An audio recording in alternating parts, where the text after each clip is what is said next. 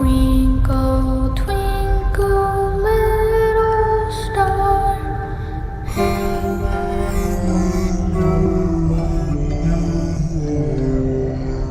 He's alive!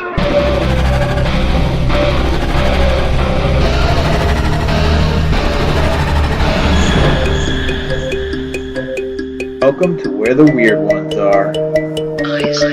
Every time I speak, I want the truth to come out. Powerful figures in Hollywood as well as powerful politicians who are in fact not human. They're reptiles or they're lizards or perhaps extraterrestrials.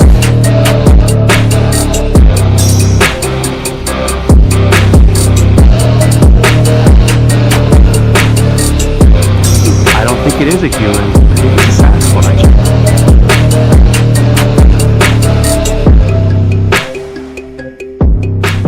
Go ahead and run. Run home and cry to mama.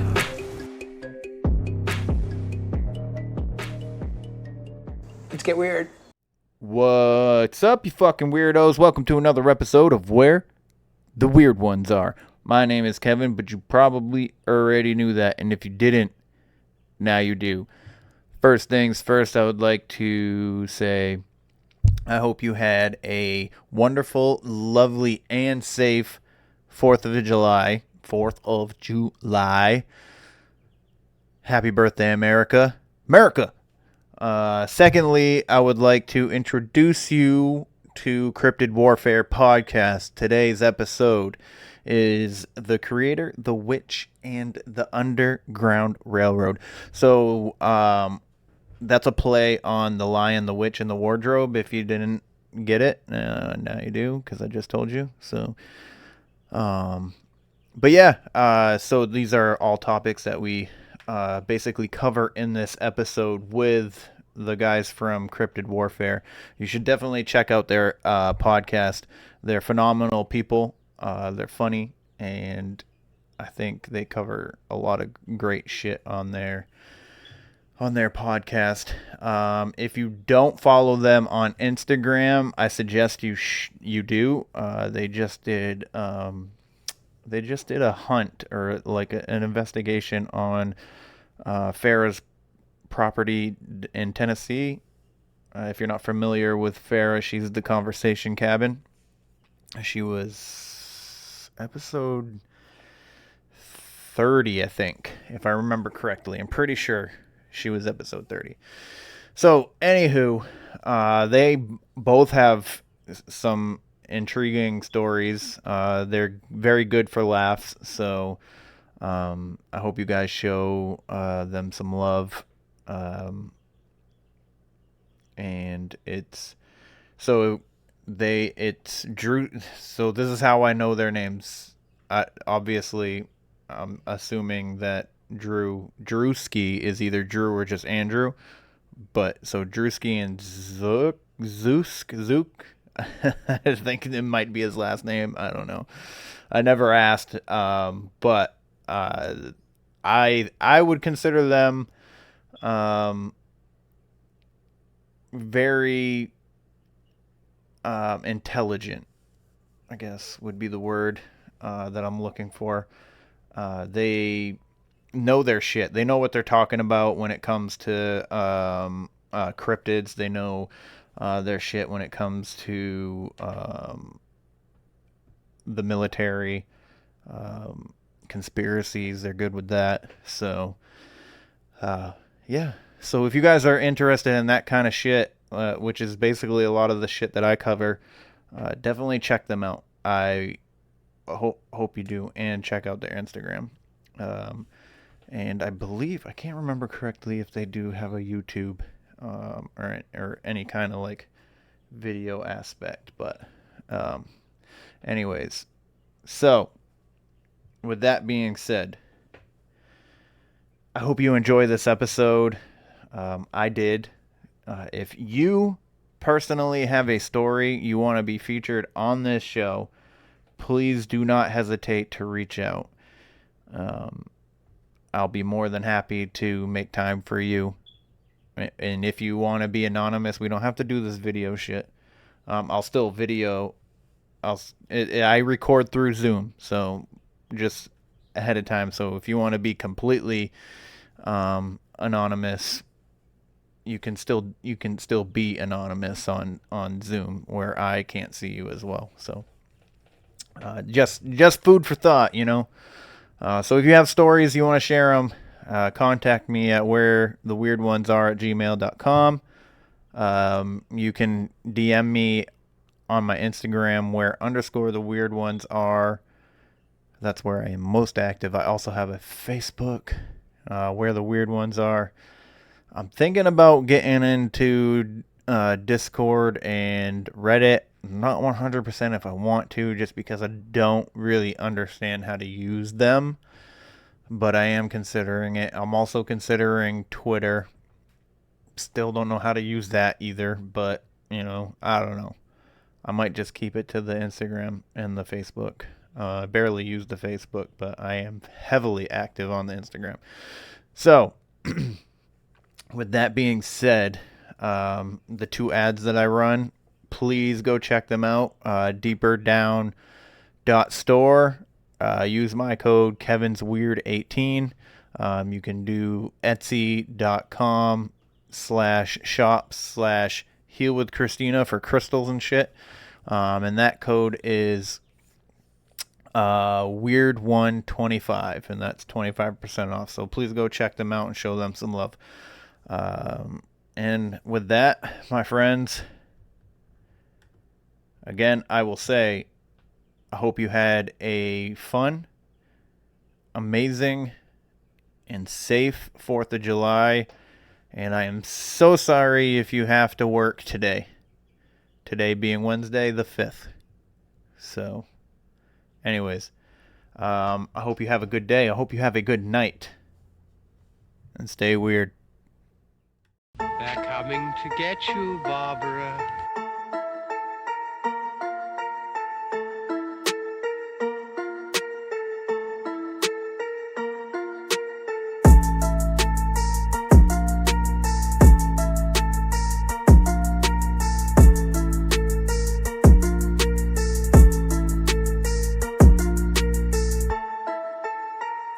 Let's get weird. Let's get weird. Let's get weird. Let's get weird. Weird, get weird.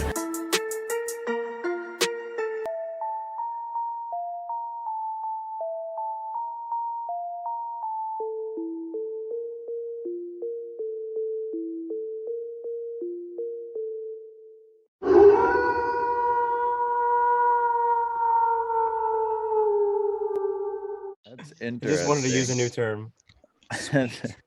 Did you say a movie term? I mean, it can be. I like using like new terms, making my own up. Oh, I see. So, whereabouts in Tennessee are you guys at? Or are you both in Tennessee?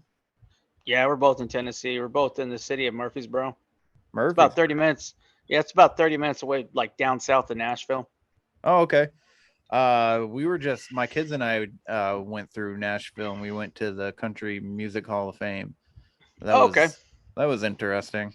It was kind of underwhelming, but it was still pretty interesting to see. And then we were coming out, and this is different than what I've ever seen, is all these like party buses and shit like that. It seemed like to be like there was like 20 bachelorette parties going on at the same time within this time frame that my kids and I were there. And you get all these woo girls that come out. Woo! So we're walking down the steps of the museum go fucking to the sidewalk to walk back to the parking lot to the car, and this bus comes to the stops to the light and stops, and this girl makes eye contact with me, and she's got a beer in her hand, and she just goes, "Woo!"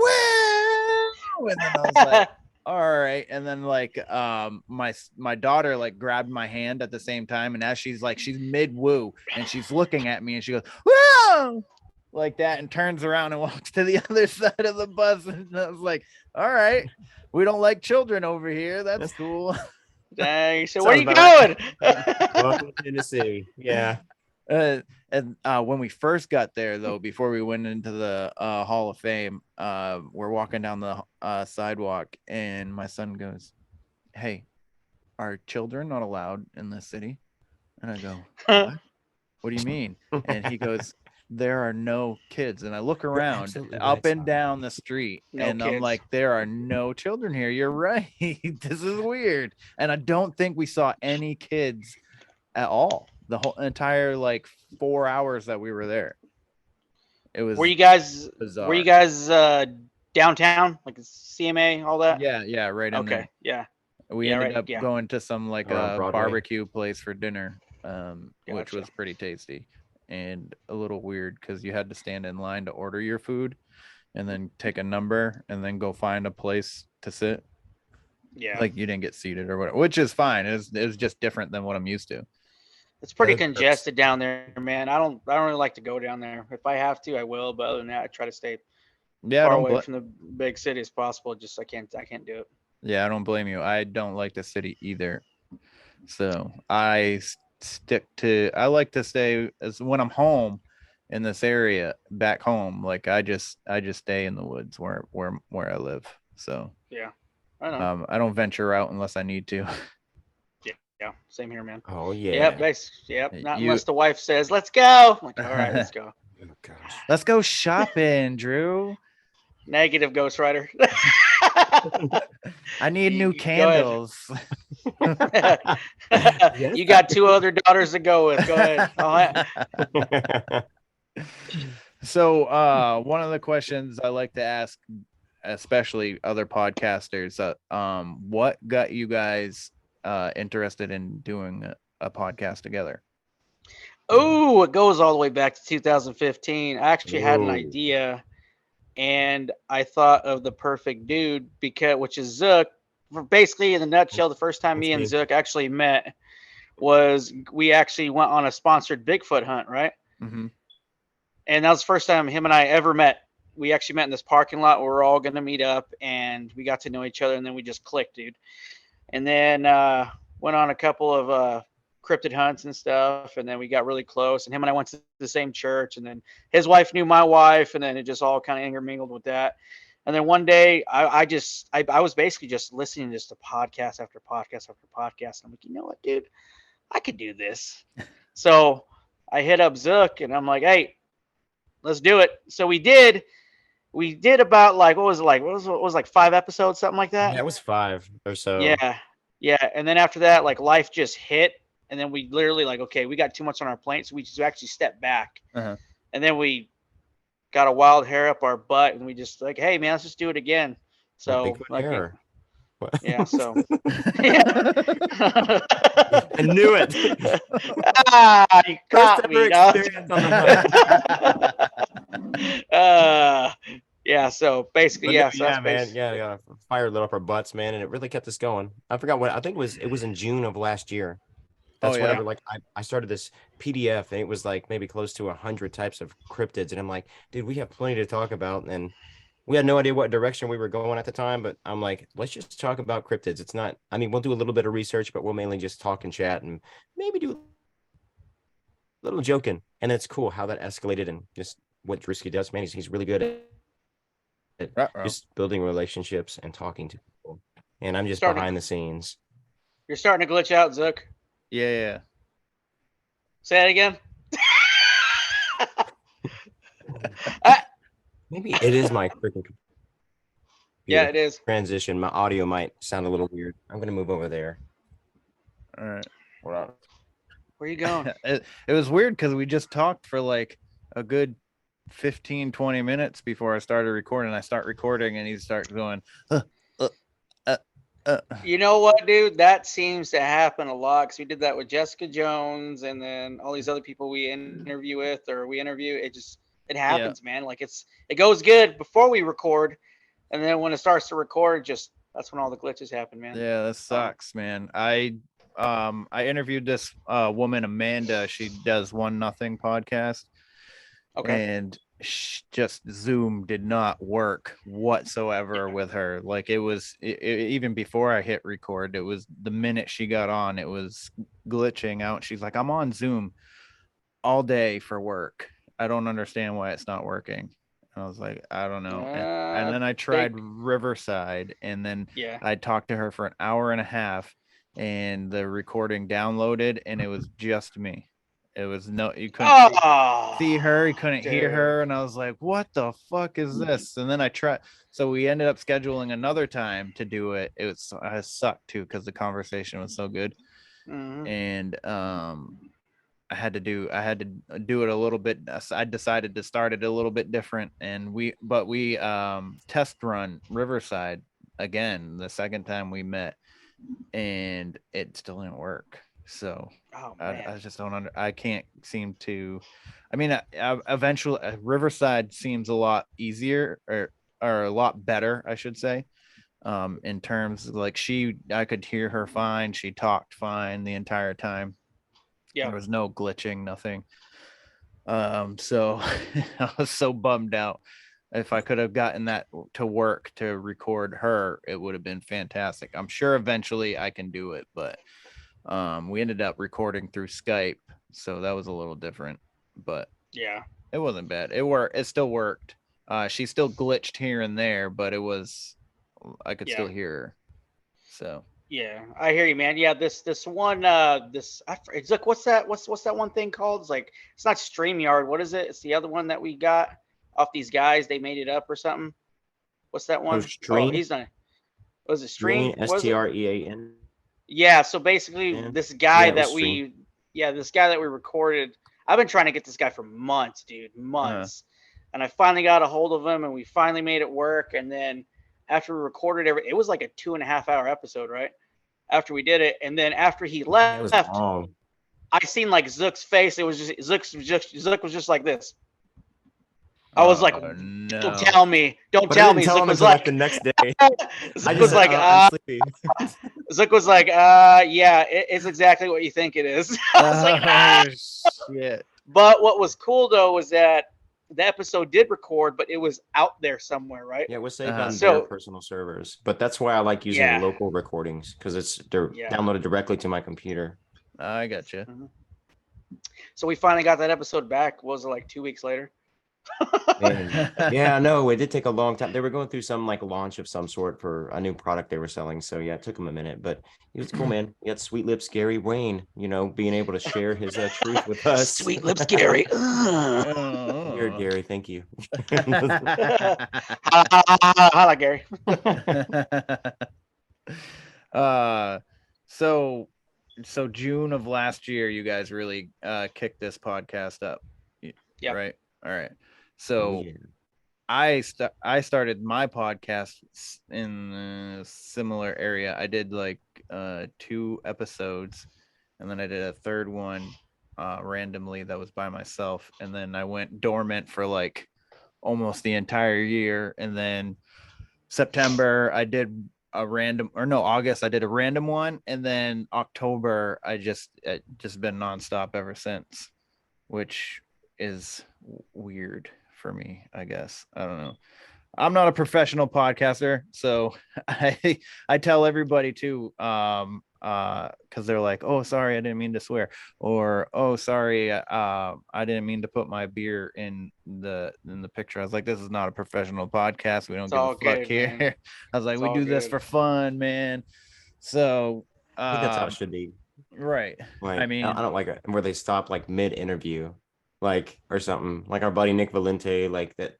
This one dude, man, he was aggravating us whenever we were watching him, because the guy was like, and Nick Valente, like he's no joke. Like he knows what he's talking about. I just thought it was really rude.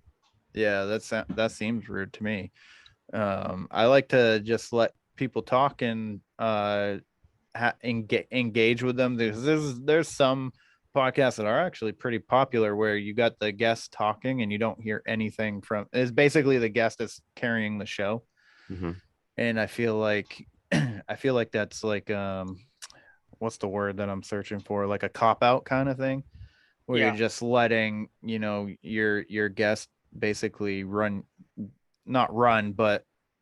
be the guest is obviously interesting. You know what I mean? I don't know how. They're kind of like a facilitator for it. Like you're kind of just behind the scenes. Yeah. And they just kind of run the whole thing. You just chime in from time to time. Yeah. Those ones are a little weird. Like I like to hear like a conversation. I do like storytelling too, but I don't know what I'm trying to say, but I enjoy your guys' podcast just mainly because of the way you guys interact with each other. And we've already seen it, the way you guys react to each other. Hey, you're gay. You stop being queer, you know. I know that that's how you the know way he I likes talk you. with my No buddies, homo, you know but what I mean? like he'll call you gay and fag and like oh, Drew will be right back. Okay. I'll be right back. I'll be right back. Yes, keep sir. going. Keep going. For When sure. You gotta go. So what mainly got you interested into this cryptid topic? Oh man. I need a second to think because there's so many avenues I can approach this question. It's a mainly loaded question, right? Oh yeah, at least for me, like I'm a big time overthinker, and I love studying and understanding complex subjects and explaining them in a simple way. Right. That's just how my brain works. But pretty much I dealt with a whole lot of supernatural growing up, and it wasn't until that Bigfoot hunt where I met Drew. Which at first, man, I'm not gonna touch that guy with a 10-foot pole. Like, I'm just kidding. No, it was funny. It was funny how it worked because so the guy who started it, I think it was like 15 of us. Late at night, there were some things that he did that I didn't really agree with. Like, and Cameron, if you're listening to this, I'm not throwing you on the bus. But you know, he would have everybody drink because, you know, big experiences or encounters happen when people are caught off guard. Right. And I'm like, well, I'd rather be on guard and I wouldn't want to be drunk because there would be people who would be going out. And after they had been drinking, and yeah, you know, we want to go out there with protection. So a lot of them had firearms. I mean, they weren't dumb. I know even if they were out of the, you know, were drunk, they more likely wouldn't have fired at all. They would have had enough common sense, but still, I didn't agree with that. But anyway, he took his team with, I don't know, down some trail. And then I went with Drewski and a few other guys who had the big guns. Cause whenever Cameron asked me, I'm like, I'm going to go with those guys without ever thinking about it, because we were in Mammoth Cave National Park. Man, there are so many sightings there. It's just ridiculous. And it's one of the largest cavern systems, like I believe in the eastern side of the United States, if not the world. I don't know about the world, but I know at least America. And Tennessee, I believe all of Tennessee pretty much sits on a massive cavern system. I know East Tennessee does, but it's very interesting when you hear a lot of these stories and things that are associated to the cave systems. Just weird stuff happens. Things are pulled in, things are pushed out. And yeah, meeting him on that event, really getting to chatting with him whenever we separated into our own independent groups, that was exciting. And then from there, we would chat from time to time after that event. Oh, crap. You heard that sound? Something fell over. Nothing important. It's just my wife's. But I'm just kidding. Please don't tell her. Please don't tell her. But it was really cool. And then I think that happened in 2015. And then I think in 2018 or something, we tried to start the podcast. Yeah. But we weren't super professional about it. I think we just use our cell phones. Which honestly, that's how a lot of podcasters do start. And but it was just really hard, just the point of life where we were both at. It was hard for us to meet up. And at the time, I don't think I knew what streaming was. I'm like, oh, that's a thing. That's weird how that came up. But when I heard about it, I'm like, what does that mean? I'm like, what did you call me? Like, just so man, but now since like, man, mainly 2020, like that's when after having my first kiddo. So I'm like, man, I want to focus on other things and do something that I really love and enjoy doing. And I love cryptids, but along with many other things. And there's a lot I could touch on just on what I've learned since 2020, but God really woke me up to a lot of stuff. Yes. Not just spiritual, but man, I was just so freaking mentally lazy, and physically I'm not lazy, but mentally I can be. And yeah, just done a lot of digging and research, and then talking to Drew again back in June to start it back up. And then in August, we had our first ever episode because we were both going through things and at the time. And yeah, we went to the Dogman conference out in Paris, Tennessee. Got to meet Tony Merkel. and he's a cool guy. Yeah. So I'm just laughing. I'll have Drew tell you the story and how we actually were able to just be in a booth right beside him. It was really, really interesting. But I'm telling you, man, like Drew can steal your clothes from you and sell them right back to you for like 20 times as much. He's really good at talking. He's not a salesman at all. Like he's just really good at and how he phrases things. Yeah, I know. I have a couple friends that are like that. Dude, I owe him $20 for the shirt that he stole from me that I bought back. So see, it works. Yeah. So I have like similar thing where 2020 was, I feel like a lot of people started waking up to a lot of different like things, aspects of their own lives, and what is going on and what might be out there.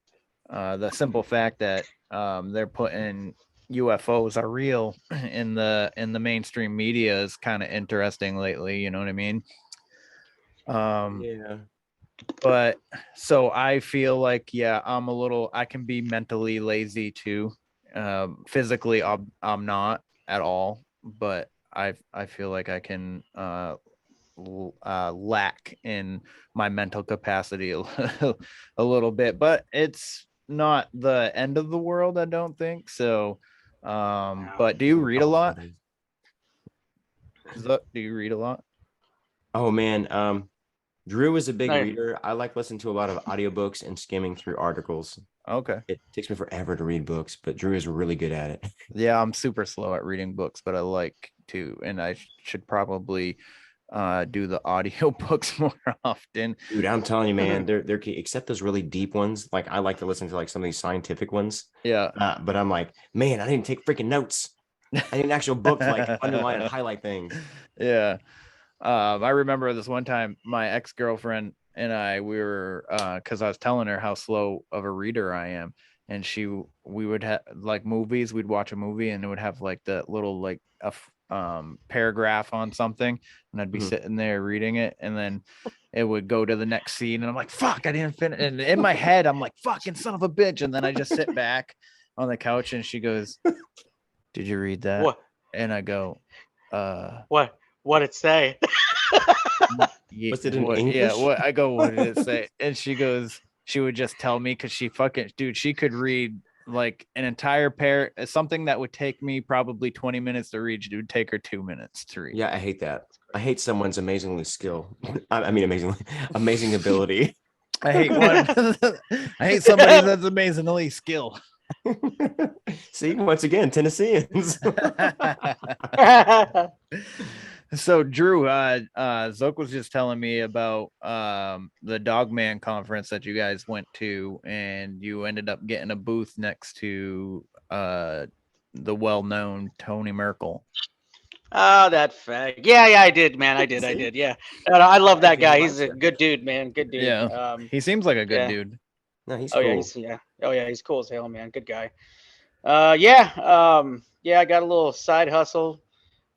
I tag a lot of just whatever, cryptids, superheroes, whatever. I just do a lot of tagging. So I followed him on IG, he followed me, and then he basically just hit me up one day out of nowhere. He's like, hey man, there's a Dogman conference going on. I'm invited. I have no merch. I like your work. You want to just sell merch? I was like, I'm there. Say no more. So nice. It's basically how it started. Hey, are you into healing crystals? You should head on over to etsy.com/shop/heal with Christina and check out my friend Christina's sweet ass crystal shop. She's got a bunch of cool things in there. I was looking at it the other day, and most likely I will be purchasing some crystals. Just based, not because I'm fucking a spiritual bitch, just because I think they look pretty cool. Anyways, if you guys head on over there, she has items ready to ship, except for the crystal mushrooms. She makes those to order. Time is 1 to 3 business days, depending on the amount of orders. She currently has 28 different crystals and 3 different wire types. You can get on there. She has a whole bunch of crystal healing jewelry, homemade soy crystal candles, fun resin art pieces, and amazing handcrafted crystals. And if you go check it out and you decide that you like some shit and you decide to purchase some shit, you can enter the code, a coupon code, Weird125. I almost fucked that up. Weird125. That's a capital W. The 1 is spelled out just like in the podcast name, and then the 2 and the 5. So if you use Weird125, you get 25% off your purchase of whatever you decide to get from her shop. And I really hope you do and support her shop. She does amazing things, and she's an amazing friend, and she's an amazing person. So check it out. That's pretty cool. So you guys do a lot of merch stuff? I do when it comes to like my side hustle. When it comes to like tagging portraits and stuff like that, I do. Okay. And then Zook just started up basically kind of like a t-shirt thing for our podcast, and I'm going through another guy for t-shirts, and then I'm going through another guy who's making patches. Okay. So yeah, we're slowly getting cool. into merch, but I know right now for just our personal lives, we just have a lot of moving parts. So yeah, we're like, let's just focus on the podcast and getting us out there. However, we will be at Crypticon. I know you're up there in Maine, but dude, it's amazing just the networking and people you can meet at that event. So I'd highly recommend it. Just where and when? Kentucky, is it Lexington? it's it's down in Lexington, Kentucky on November. Let me see real quick.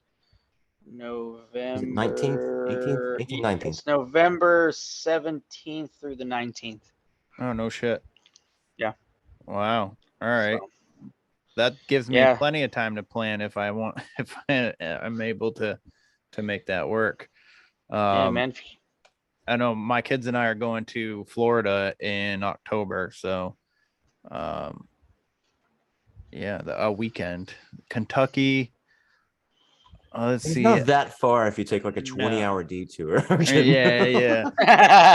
I think my kids and I, when we went to Arizona, we were almost to Nashville by like midnight. I think we left at 9 from Maine, and I think it was midnight when we were close. We weren't quite to Nashville, but I want to say it was like midnight. So I honestly could probably make a little trip because I don't like flying.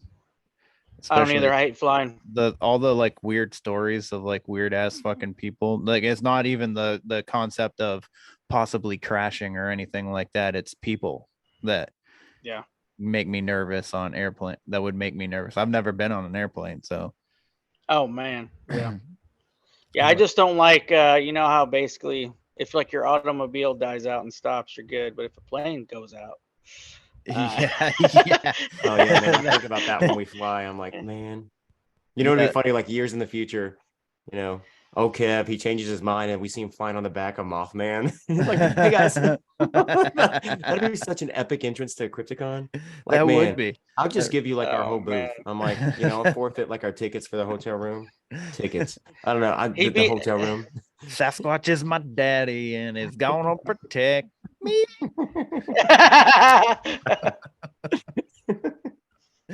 Oh man. So what would the question would be if you can recall what your first like encounter, whether it was paranormal or cryptid? Z, you want to go and then I'll go? Man, I have so many stories. I know you do too. Let's see. Just start from the first one. The first thing you remember, man. I remember when I was a kid, me and my sister, I have a twin. We were probably like around 4 or 5. We were in this new house. It was my aunt and her boyfriend. And I mean, it was just a normal family life. And one day I was just really bored, and I told my sister, I'm like, hey, come over here. And I thought I heard like somebody like rubbing or tapping or gentle scratches, and it was not an animal. That was weird. Like the way it sounded, I'm like, this sounds like an actual person's hand. So I convinced my sister to go get a butter knife. So she got a butter knife because we couldn't get the real deal, and we just I don't know the type of wood it is, but it's that really thin fake looking wood, and it looks like wood slats. But yeah, we just cut straight down the center of the wall, probably like 3 to 4 feet, and then it stopped for a second, and then it was like a mist that came out of the wall, and then of course we're like, what is that? We didn't know what it was, so we definitely we stepped back, and it eventually, when it came out and moved a little bit further away from us toward the doorway, it formed a person, and then it just walked away and then just dissipated. And it wasn't until I was 14 when my sister brought that up again. And I said, what? That was real? That was so freaking weird. And I mean, that was just one of the, I know, it's just so crazy. Like, wow. But I know your senses still develop, when you're a toddler and then a kid. And it's so weird what culture does to the mind. Like so many of our senses are just closed. Yeah. So the mist formed into like a complete like humanoid looking thing and walked away. Yeah, and what a jerk, because they didn't even say hi. Like, I still have no idea. Like, I don't know, it was so freaking random, but like that really is my life. He walks away from you. He's like, look, make me a sandwich. Yes, sir, Daddy. Oh shit. Wow, that's interesting though. Like, so you just cut a hole in the wall, and this mist comes out, forms a person, walks away, and then you forget about it until your sister mentions it. Yeah, and then another instant, I think it was in the same room. I don't understand this, but Well, real quick. What I want to know, since we're all dads, what did your dad do? I'm sure your dad whooped your ass, man. Whooped your butt. I might have blacked out because I don't remember what happened. I don't remember. It was probably my mother. No, my dad. If that's an actual question that you want an answer to, my dad never put his hands on me. It was my mother. Dude, yeah, man, my mother was rough. My dad would just like, son, don't do that again. Yeah. I'm like, all right, Dad. I remember my dad pulling the belt off of his pants one time, and he was like, get to bed. And he went like that. And I was like, oh shit. And I was like, I'm going to bed. Well, Dad, I should have worn brown pants. But there was one time, the one and only time that my dad ever put his hands on me was I was trying to grow some weed in his basement when I was like 15, 14. And he's like, what is this? And we got into an argument, and I raised my fist at him. And then he's like, yeah. And I put my hand down, and he's like, you want to find out? And then he grabbed me and punched me, and threw me to the ground. And I was like, oh shit. You heard it here first, folks. So don't grow weed in your dad's basement. Yeah, go to your mom's. No, I'm just kidding. Yeah. Plant it in your mom's garden and make it look like with the roses, That would be fucking imagine. These roses that, smell like your. No, the reason why I said that is because that's what my uncle used to do. Yes, he did. Yeah. That's funny. Did he tell you that, or no? He did. Well, I witnessed it because my dad and him used to meet up, and my dad used to deal drugs and stuff back in the day. So he'd go there. That's like his supplier, and then they'd be out there. I'm like, why are they picking the roses? Wait, they ain't picking roses. What is that? I was young, I didn't know. And then my mom told me, she's like, yeah, your uncle used to grow weed with the roses in your auntie's garden. I was like, oh, okay. Man, what a gift that would be for like an apology. Man, what a green thumb. That's all I'm saying. Yeah. Holy shit. So I guess, Drew, if you want to tell your first thing that you can remember. All right, I remember two things that popped up. One was when I Oh God, I think I was in second and third grade. I remember that. I was in elementary school. My mom, she used to work 2 jobs, and my aunt, she worked like the swing shift. So there was certain like gap of time where I was like home by myself for maybe about an hour to 2 hours until my mom got home, and then my aunt got home after. So after I got off of school, so it was. I remember it was actually on a Friday night. I didn't sleep up in my room. I slept downstairs on the couch. My aunt went out. My mom got home. She was tired. She went to bed. So she ordered me a pizza.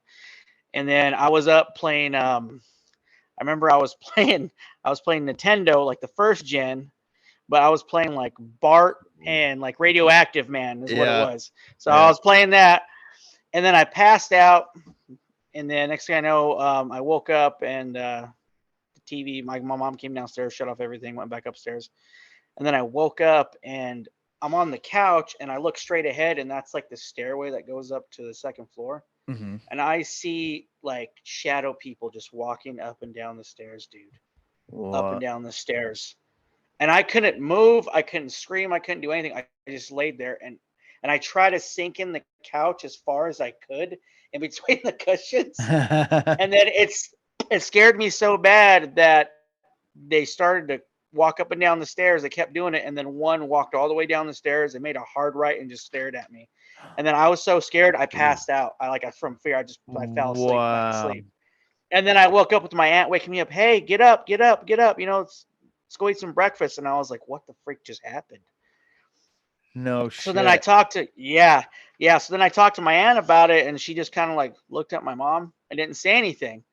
So then I forgot all about it, right? And it's weird how that happens. Yeah. And then I found out like years later, after when I was adult, my aunt was like, "Oh yeah, Hito, yeah, that whole place was haunted." Yeah, she goes, "I woke up with things like scratches on my back." My mom said she woke up with her door opening and closing. I'm like, and she's like, "Well, the reason why we didn't say anything is because for one, we didn't want to scare you and all that." I'm like, "Oh, okay, well that makes sense." Yeah. And then the second time was when my mom, she was out of town, but my mom's best friend Lorraine, she was watching me. Her and her boyfriend. Well, we went to go see some movie, but it was like out of town. And this is when I was living in Colorado at the time. Went up to Colorado Springs or something. And so we got out late, got something to eat, and then we went to her friend's house to sleep because we got off super late. Went over to her friend's house. So they put this mattress on the floor in the living room.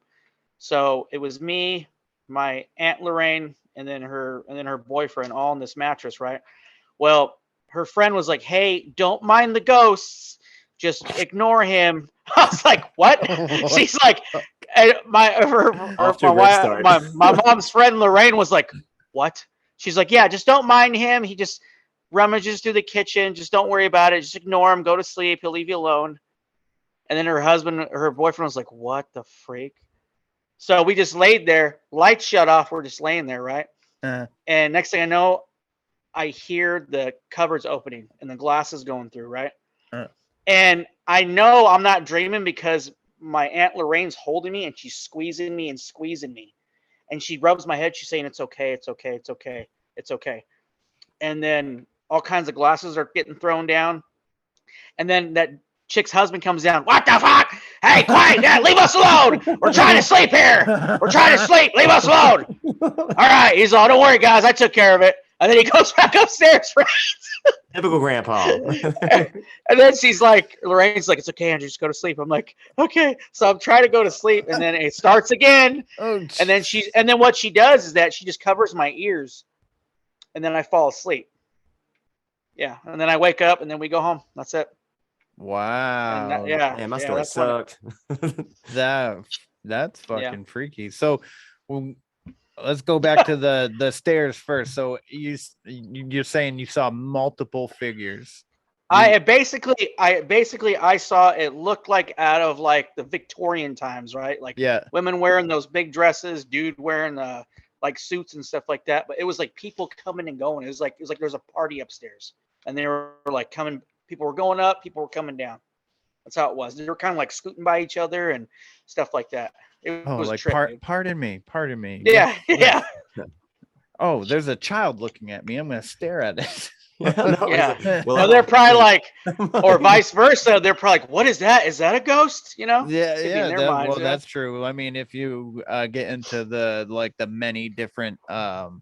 Multiverses, theories that whatever. people Yeah. have about the multiverses and all that shit. So so where did you say that this place was with the cabinets?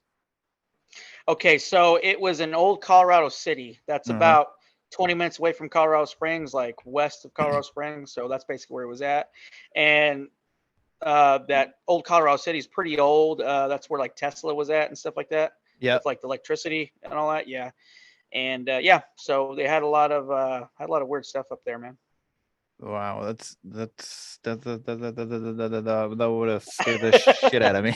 It did, man. I'll never forget that too. I- And my mom, she was so pissed when Lorraine told her that. She's like, "You guys slept there. What's wrong with you?" Fucking- Jeez. I don't know. The minute I was told that there was going to be like ghost activity, and then I'd be like, well, I'm not sleeping tonight. That's official. Thank you Like, so well, much. I I might hate as you. well just fucking leave at this point. You know what I mean? Like, Yeah. just knowing that you think that this person thinks that there's shit going on in this house. Oh yeah, the cabinets will open. It'll be fine. Just stay. Just go to sleep. It'll be all right. No, it's not.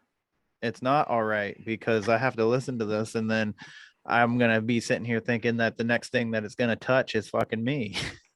Yeah, and what sucked was the living room was literally, there was a big opening to the kitchen. The living room was right there, and the mattress was right there. So our feet were shit. directly towards the kitchen. So I'm leaning like this at the end of the mattress, and I'm looking at it like this, like trying to see in the dark. I'm trying to see in the dark, and she keeps pulling my head back. I'm like, I want to see it. I want to see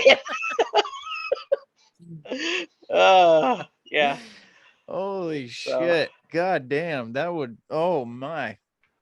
Yeah. I've seen And some then soon, freaking yeah. weird shit when I was a kid, but man, cabinets and shit moving, and then you're trying to look at it, and you physically can tell that your aunt is scared, and she's moving you in a way to like holding you in a way basically to like protect you. You know what I mean? But I can And also to tell she comfort was you. scared too. Right. I can also tell she was scared too because her breathing was heavy. She was like, it's okay. I was like, oh my gosh, this is legit. Yeah, the holy fuck. Yeah, so That's right when you have to go to the bathroom. Yeah, man. have you been able to have you talked to your aunt about that?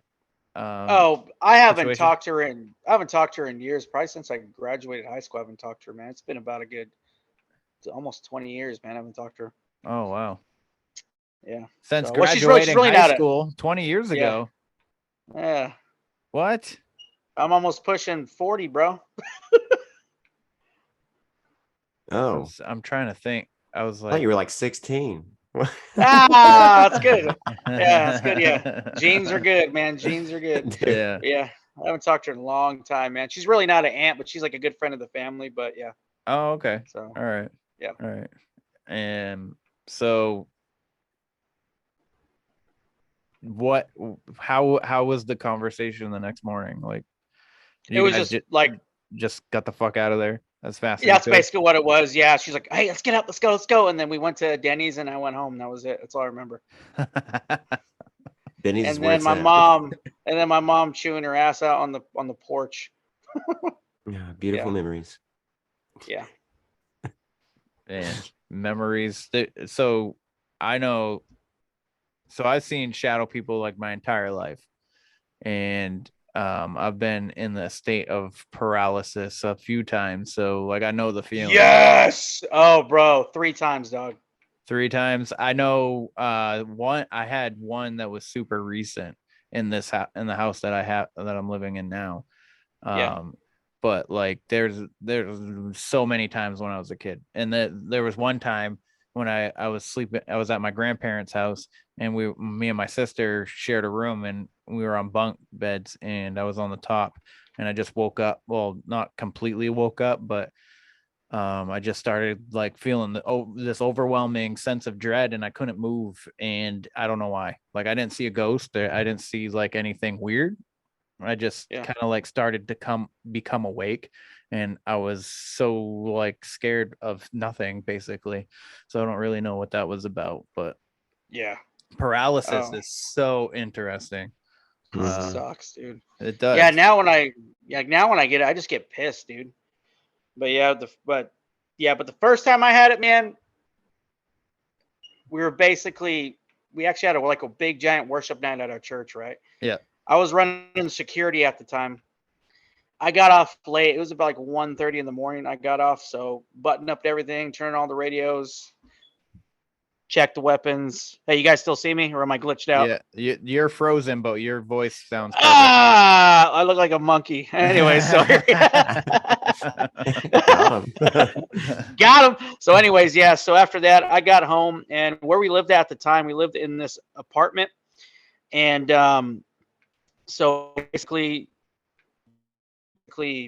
open up the door. It's a long hallway. There's a kitchen to your right, master bedroom to your left, and you keep going down this hallway, and then it opens up into the living room, right?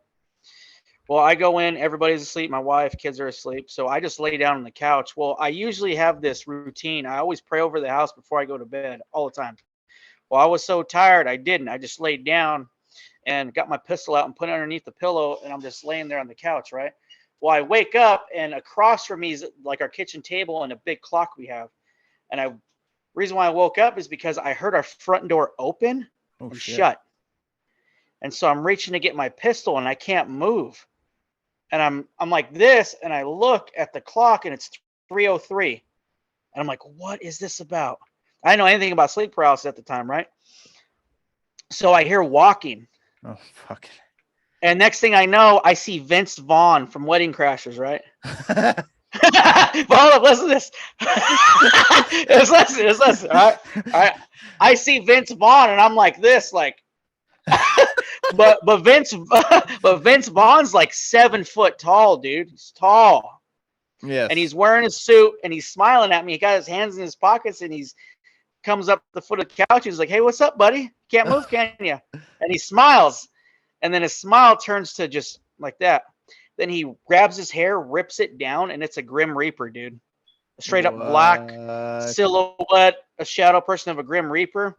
Yeah. And this thing comes literally up to my face, leans over, and it's like this to my face, dude. And I feel heat from the breath. And all in my mind, I'm just trying to say, in Jesus' name, get out of my house. In Jesus' name, get out of my house. But I can't, because I'm seized up. I'm like, I can't. My body can't move, nothing. But so I started thinking it real hard. Like I'm trying to telepathically tell it, in Jesus' name, get out of my house now. Then it gets up in shock, and it goes away. And then I get up, pull my pistol out, look around, do a couple checks around the house, check on my kids, check on my wife. I just start praying over the house, dude. And then I go back to bed. So that's the first time. Fucking Christ. Holy shit. Yeah. Yeah, I saw a picture whenever I lived with the girl who practiced witchcraft. You lived with a girl that practiced witchcraft. Go into that, Zook. Go into that. Oh yeah. Story. That's actually Story why I time. became a Christian. Like, it wasn't the drinking or drugging. It was like actually that. But man, so she loved, she messed with so many things that were pretty dark. No matter how it was packaged, whether she said it was good or not. That's what she said. All dark stuff. Yeah. Oh, you son of a cream toasted marshmallow. Anyways, buddy, I'm sorry. I had to. I'm sorry. I'm just joking. But she really liked the layout of her new bedroom, because whenever she was stressed or bored, she would just like reorganize things. And she had a vanity mirror that was facing the closet, and nobody can fit in that closet. Like, it was so small and tight. It was a very, very small. Don't say that's what she said. Enjoy your IBC root butthole beer. But yeah, you couldn't even fit in there shoulder to shoulder. So she took a picture of it, and you can clear as day see a reflection of the Grim Reaper. He didn't have the scythe or anything. And then there was somebody standing by him. And halfway down, their silhouettes, it started to become transparent. The figure by him, I mean, they were both solid colors. Like the Grim Reaper had, beneath the hood, it was just pitch black, but you can still see the outline of the hood. The wrinkles in the cloak, like, it was crazy. And the guy beside him, he was like a mixture of gray and white.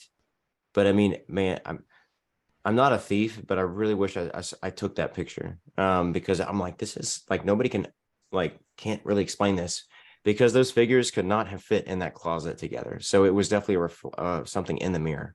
Yeah. And it's wild. Like mirrors, I don't know if all mirrors or not, but It's almost like a portal, so man. many stories, man. They're gateways. Yeah, Like for sure. her closet definitely was a gateway. I mean, I would feel the presence. And one day I was just chatting with her, like we were just hanging out in a room, and it was a long day for work for both of us, and we were just like laying on our bed, just chatting, staring at the ceiling, and her door just started vibrating, and then there was a voice on the other side, then the handle started shaking, because she did have a roommate, but the roommate was just going through a lot mentally, and she was on quite a bit of meds. So whenever she was out, like she would be out for like 14 plus hours. Like she would sleep for a long time, like a log. Yeah. And when that started happening, I'm like, I did not recognize that voice. It sounded like that female teacher from Charlie Brown that was like, wah, wah, wah. And I'm like, nope. So, and I'm just this is just how I am. I'm just more of a protective person. I'm my friends. I've always been like that, even since I was a kid. And I instantly just jumped the door, opened it, nobody was there. And it literally took me a second to get, I mean, so freaking fast. And there's no way the roommate could have made it across the hall to the other side of her bedroom, under the sheets, up against the wall, turned facing the wall. Like there's just no way, because I didn't hear anything. And then when I was alone in that house, I would see shadow. It is a specific type of demon, but you actually see these things in the corner of your eye. Then when you look, it's not there. But it sucks, because like that's all they do. That's all they do is play with you. And I would feel things, I would hear things, all these weird sensations, like just one of many stories. They're at that place. Yeah. Like, yeah, man, those Grim Reapers are freaky. Yeah, I would say. I know you mentioned this woman on your podcast at least once that I've heard, but you didn't really like go into details a lot. So how long were you guys together? Probably like, I think maybe just a few months. And then that's when I felt like it was a very interesting connection. Like we were intimate and stuff. And even before her, I was with many other women, and like it was so weird. I literally felt like there were pieces of my soul. But any sort of sexual interaction, like it really is like the joining of souls. Right. But I literally felt like bits of myself were being pulled away from me, and I started becoming a different person. Like I literally, eventually over time, I was the backseat driver to my mind, and I was just watching all like say things, I would do things, and I'm like, this is out of my character.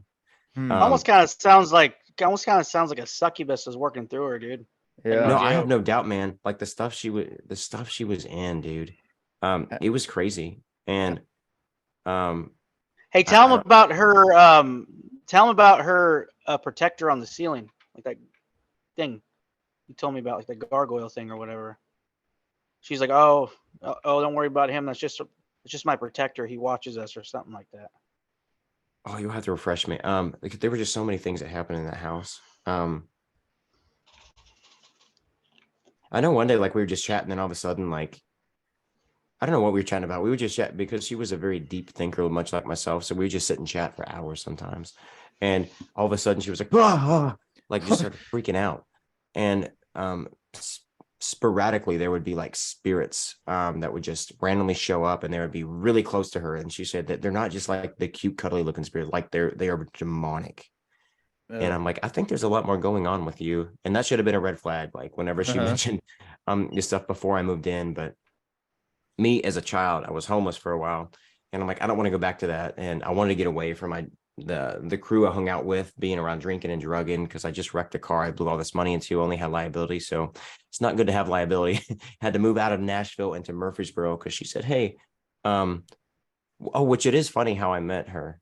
She was in my massage therapy class, because I thought that would be cool. But after doing it, I'm like, man, I know this is going to sound really stupid, but I'm like, man, I don't like touching people. Like I didn't, but I'm like, you can make a lot of money. I was literally driven by money. That's why letting money, like the love of it, is just really dumb. People do really, really sad things to get that. But that's how the devil works, man. Yeah, man, no joke. And one day, whenever we were in lab, we were doing some sort of hand massage, and she said, oh my God. I'm like, well, what? She said, you're at high risk. I'm like, what does that mean? She's like, you can die any minute. And I thought to myself, I'm like, any of us can. but Yeah. but she said no, specifically like these cracks in your hand, all this crap, went into all this palmistry stuff, and within like just a few days, I was in a really bad accident. I mean, I was an idiot. Like I was drinking and driving, almost killed people, but by the grace of God, I did not, thankfully. But that's around the time when I really should have died, because my car was snapped in half and my engine was in my passenger seat. My car was like pretty much, I mean, my chair was like leveled out, like, because the impact just pushed that steering wheel and I broke my ribs, and man, it was just crazy. And I still could have walked away, in a lot of pain, of course. But yeah, I made it on the news, so I got my 5 minutes of fame. Oh, Nashville. Nashville. But yeah, I went the wrong way down a big old parkway there. Like, so yeah. I mean, that was me beating down. But yeah, that was it was over time. I thought back to just that time whenever she told me, man, you're high risk. And then I went through like a lot of me having to move to different places and stuff like that, because I couldn't really work. So, and I didn't have my family to rely on. Like, they just aren't the best financially. And then I remember her saying, hey, you can move in with me. So that's how I ended up moving in with her. And I would laugh about it. I was like, oh, you're a witch. And, I thought it was kind of like a Disney thing. I'm like, oh, so many people, they think they're witches or Wiccans and stuff. I'm like, man, Wiccan is like a witch hippie. Like, I'm not trying to, well, maybe I am trying to offend somebody to an extent, but I'm like, it's just packaged differently. Like, Wiccan is not witchcraft. I'm like, it is definitely witchcraft. And like, it just focuses on other things and just packages it differently. But yeah, man, all the stuff she would allow in the house. And then she had like really weird gargoyle. Well, she did have some sort of gargoyle statue in the house. And I'm pretty sure at this house, somebody was buried in the basement too. It was just a heavy sense that I had going down there. And there would. Do you know if she knew that there were? Do you know if she knew that there was like, somebody buried? She would do like astro projection and get out of her body and crap, which, since all we are souls with bodies, like whenever you exit your shell, it's like seriously anything can take it over. In time, there's really no relevant, like time doesn't matter when you're in the spiritual realm. Like, so I don't know. So she'd have to, I guess, make like the best choices. And she said she would let things enter her body in exchange for like some sort of spiritual knowledge or something. I'm like, man, that doesn't sound too good to me. Yeah, no, that doesn't sound good at all. I'm like, man, because I don't know. I just think it's very interesting. But some days I could tell whenever, man, because her roommate, I know her roommate was going through quite a bit, but I knew she was possessed. Like, dude, her eyes sometimes just seemed black whenever the light hit him in a certain way. The and roommate I wasn't seeing was, things or like, she was. Yeah, like, no. Well, I know that both of them were at some point. Like, but it was like her roommate. I can just tell, like, there were just some very, very dark things haunting her roommate. And and cats are really good at like noticing like these spirits and stuff. Yeah. Well, I'm not gonna call them spirits, these demons. And you can like move around the house and stuff. And those cats would just be so active around the house. And so I would feel so bad for a cat to go into a haunted house, because I'm sure like it'd just be so overwhelming. But yeah, like I don't know. I don't think I lived there at the time, but I went down there to visit, or maybe I did live. I think I did live there. But she said she was going to do some possession, and I'm like, I've seen possession before, but it wasn't ever super extreme. I mean, I did see somebody's eyes turn black, and then there was like a light that would turn off. And then in high school, I saw faces form in snowy TV, and then you can hear like grunts and groans. But with her, like, it was the weirdest thing, because I didn't know this was possible, but I know demons try to destroy, since we are created in the image of God, they try to destroy it in any and every way possible. And her face literally started changing. It started shifting. It still looked the same, but there were slight modifications, like even like the occipital ridge, like just around her eye line, it literally started like forming differently to where it looked like more skeletal. And her just like her eyes turned black, and then the way she would look and turn her head, it was more, what's the word, like more with tweak, like I don't know, like the creepy kind of shaky, like when you move it looks like you're all like you're twitching and all the it was weird. And the crazy thing is, it's one of those things. I did have it on camera, but I don't know what happened because in like 15 plus years. And who uses cameras anymore? But there was that, and then like I don't know what. And then whenever I'm like, let's just be friends because all the weird stuff I was feeling, and then I wanted to I think it was February of 2009.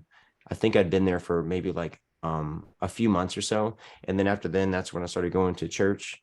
And then I'm like, I don't need to be living this lifestyle, so I just stopped messing around. And I just slept at the other side of the house, and being by myself, man, it was so freaky. Like, because she didn't, I slept pretty much in a dining room. It was an open layout house. So then there would be the kitchen on the other side of the wall, which there was a bookshelf blocking a doorway.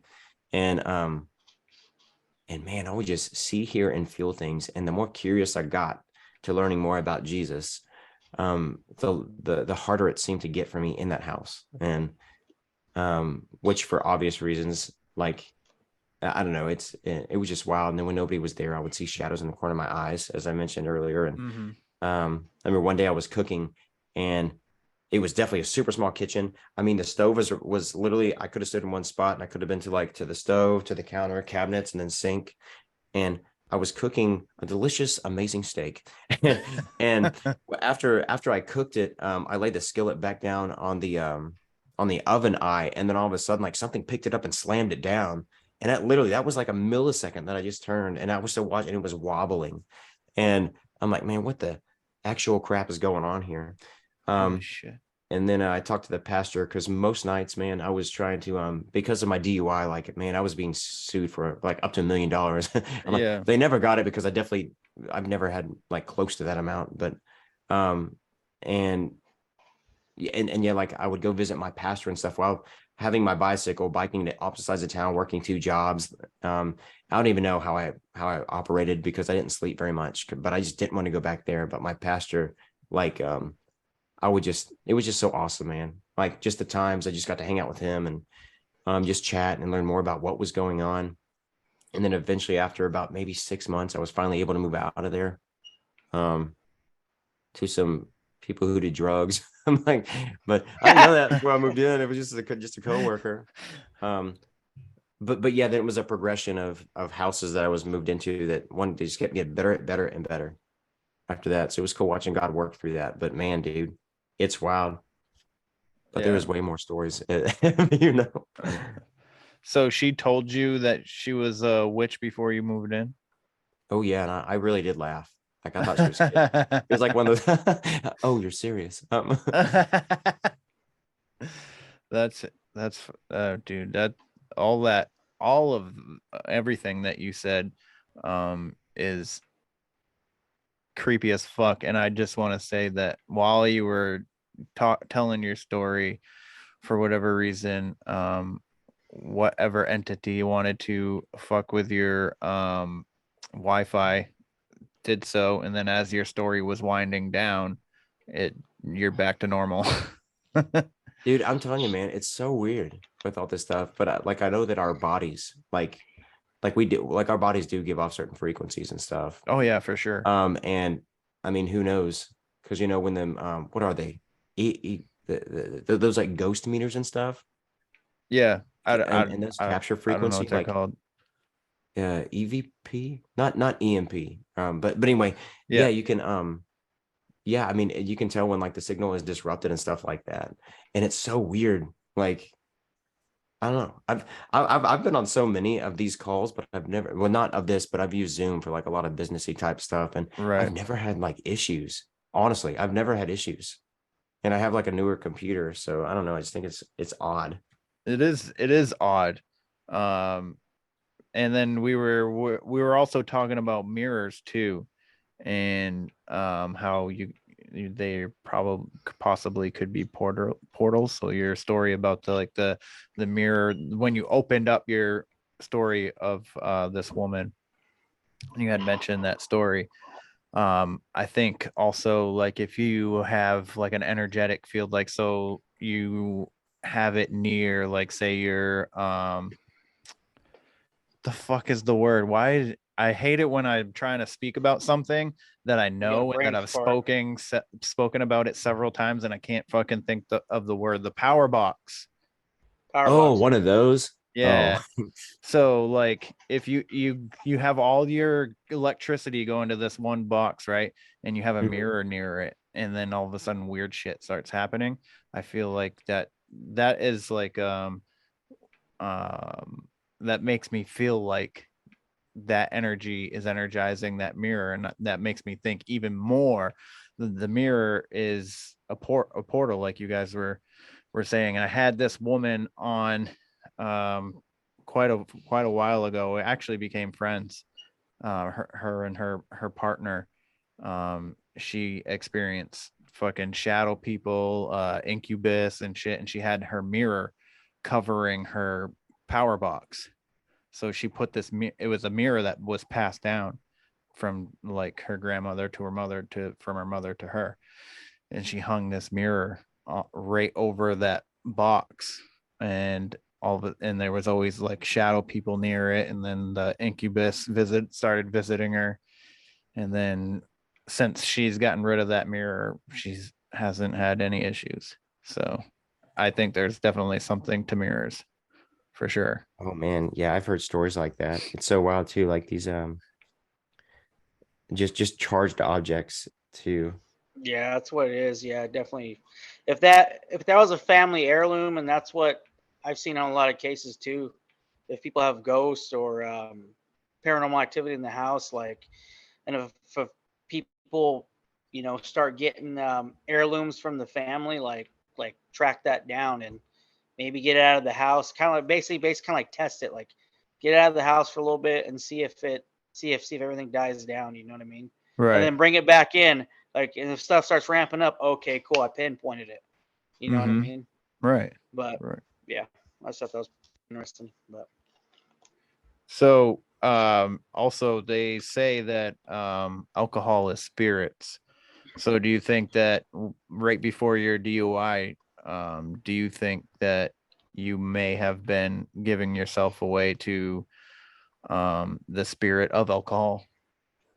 I don't know. I don't believe alcohol itself is bad, because I know it's mentioned. True. I know through wine wants you to drink that because there's cleansing. I know with beer. But it's moderation is key to everything. However, whenever you God wants you to be sober minded, but just in general, just for safety. Like, I think everybody should be sober minded, because you never know what'll happen. And and just my stupid accident, me being a stupid dumb fathead, thinking I can drink and drive. Yeah, I forgot where I was going with that, because something distracted me. Well, there was like that was a marker line on my wall. I'm like, how'd that get there? And then I just if you want to know what ADD Rabbit is, trail. just watch that back a few times. That's exactly what happened. Dude, thank you so much. But I don't know. It is so wild. And then right when you looked, right when you looked up, I knew, oh, he lost it. Dude, I was deep into thinking about that marker on the wall. I'm like, what the? So when I was young, I was drinking pretty consistently and pretty heavily. I wouldn't call myself an alcoholic, but there was some nights here and there. And I remember driving one day thinking that nothing would happen to me. And I ended up seeing, I was driving, and it was this back country road, and I was 20 minutes away from home. And then I just see this, like, I almost want to say it was a black dog in the middle of the road. And I come to a complete stop. Okay. And I stop, and I'm looking and I blinked a couple times, and there was nothing there. And I'm like, and I sat there for a minute, and I was like, I'm going to sit here for a second, because I could have sworn I just saw a black dog in the road. And I sat there, and then I saw headlights coming, like they were far behind me. But I saw headlights in my rear view, and I was like, all right, I got to get going. And then I was luckily I was able to get home. No harm, no foul to anybody or myself, mainly to anybody else. And ever since that night, I was like, I'm not getting behind the wheel after drinking ever again. So luckily I didn't personally go through something as horrific as you did to be like, man, maybe I shouldn't probably be doing that. But I don't know. Maybe if the black dog was like an entity or something being like, yo, what the fuck are you doing, kind of thing. Yeah. Do you remember like some of the detail of the dog? No, I just remember it. I just remember the figure of a dog. I don't even remember what it looks like. And I know that it was black, and it was just came out into the road, and I stopped. I instantly stopped because I didn't want to hit anything, because I knew I already was like, I shouldn't be behind the wheel before I got behind the wheel. Yeah. So I already had like that sense of, as soon as I see something, I'm gonna probably stop, so that I don't fuck anybody up or myself. I don't know. So, well, it is. I heard a story of like truckers seeing a black dog when they would get really tired. And yeah, I've heard of that too. Yeah, and they would see it, and there was like an indication that they needed to like pull over, and go to sleep or something. So I haven't really looked too far into it, but I just thought I would mention that just because on the topic of, drinking and driving. So I don't really know what to put to it. I haven't done a whole lot of research in it. So if you guys have any like kind of insight, that'd be great. Well, I have some guesses.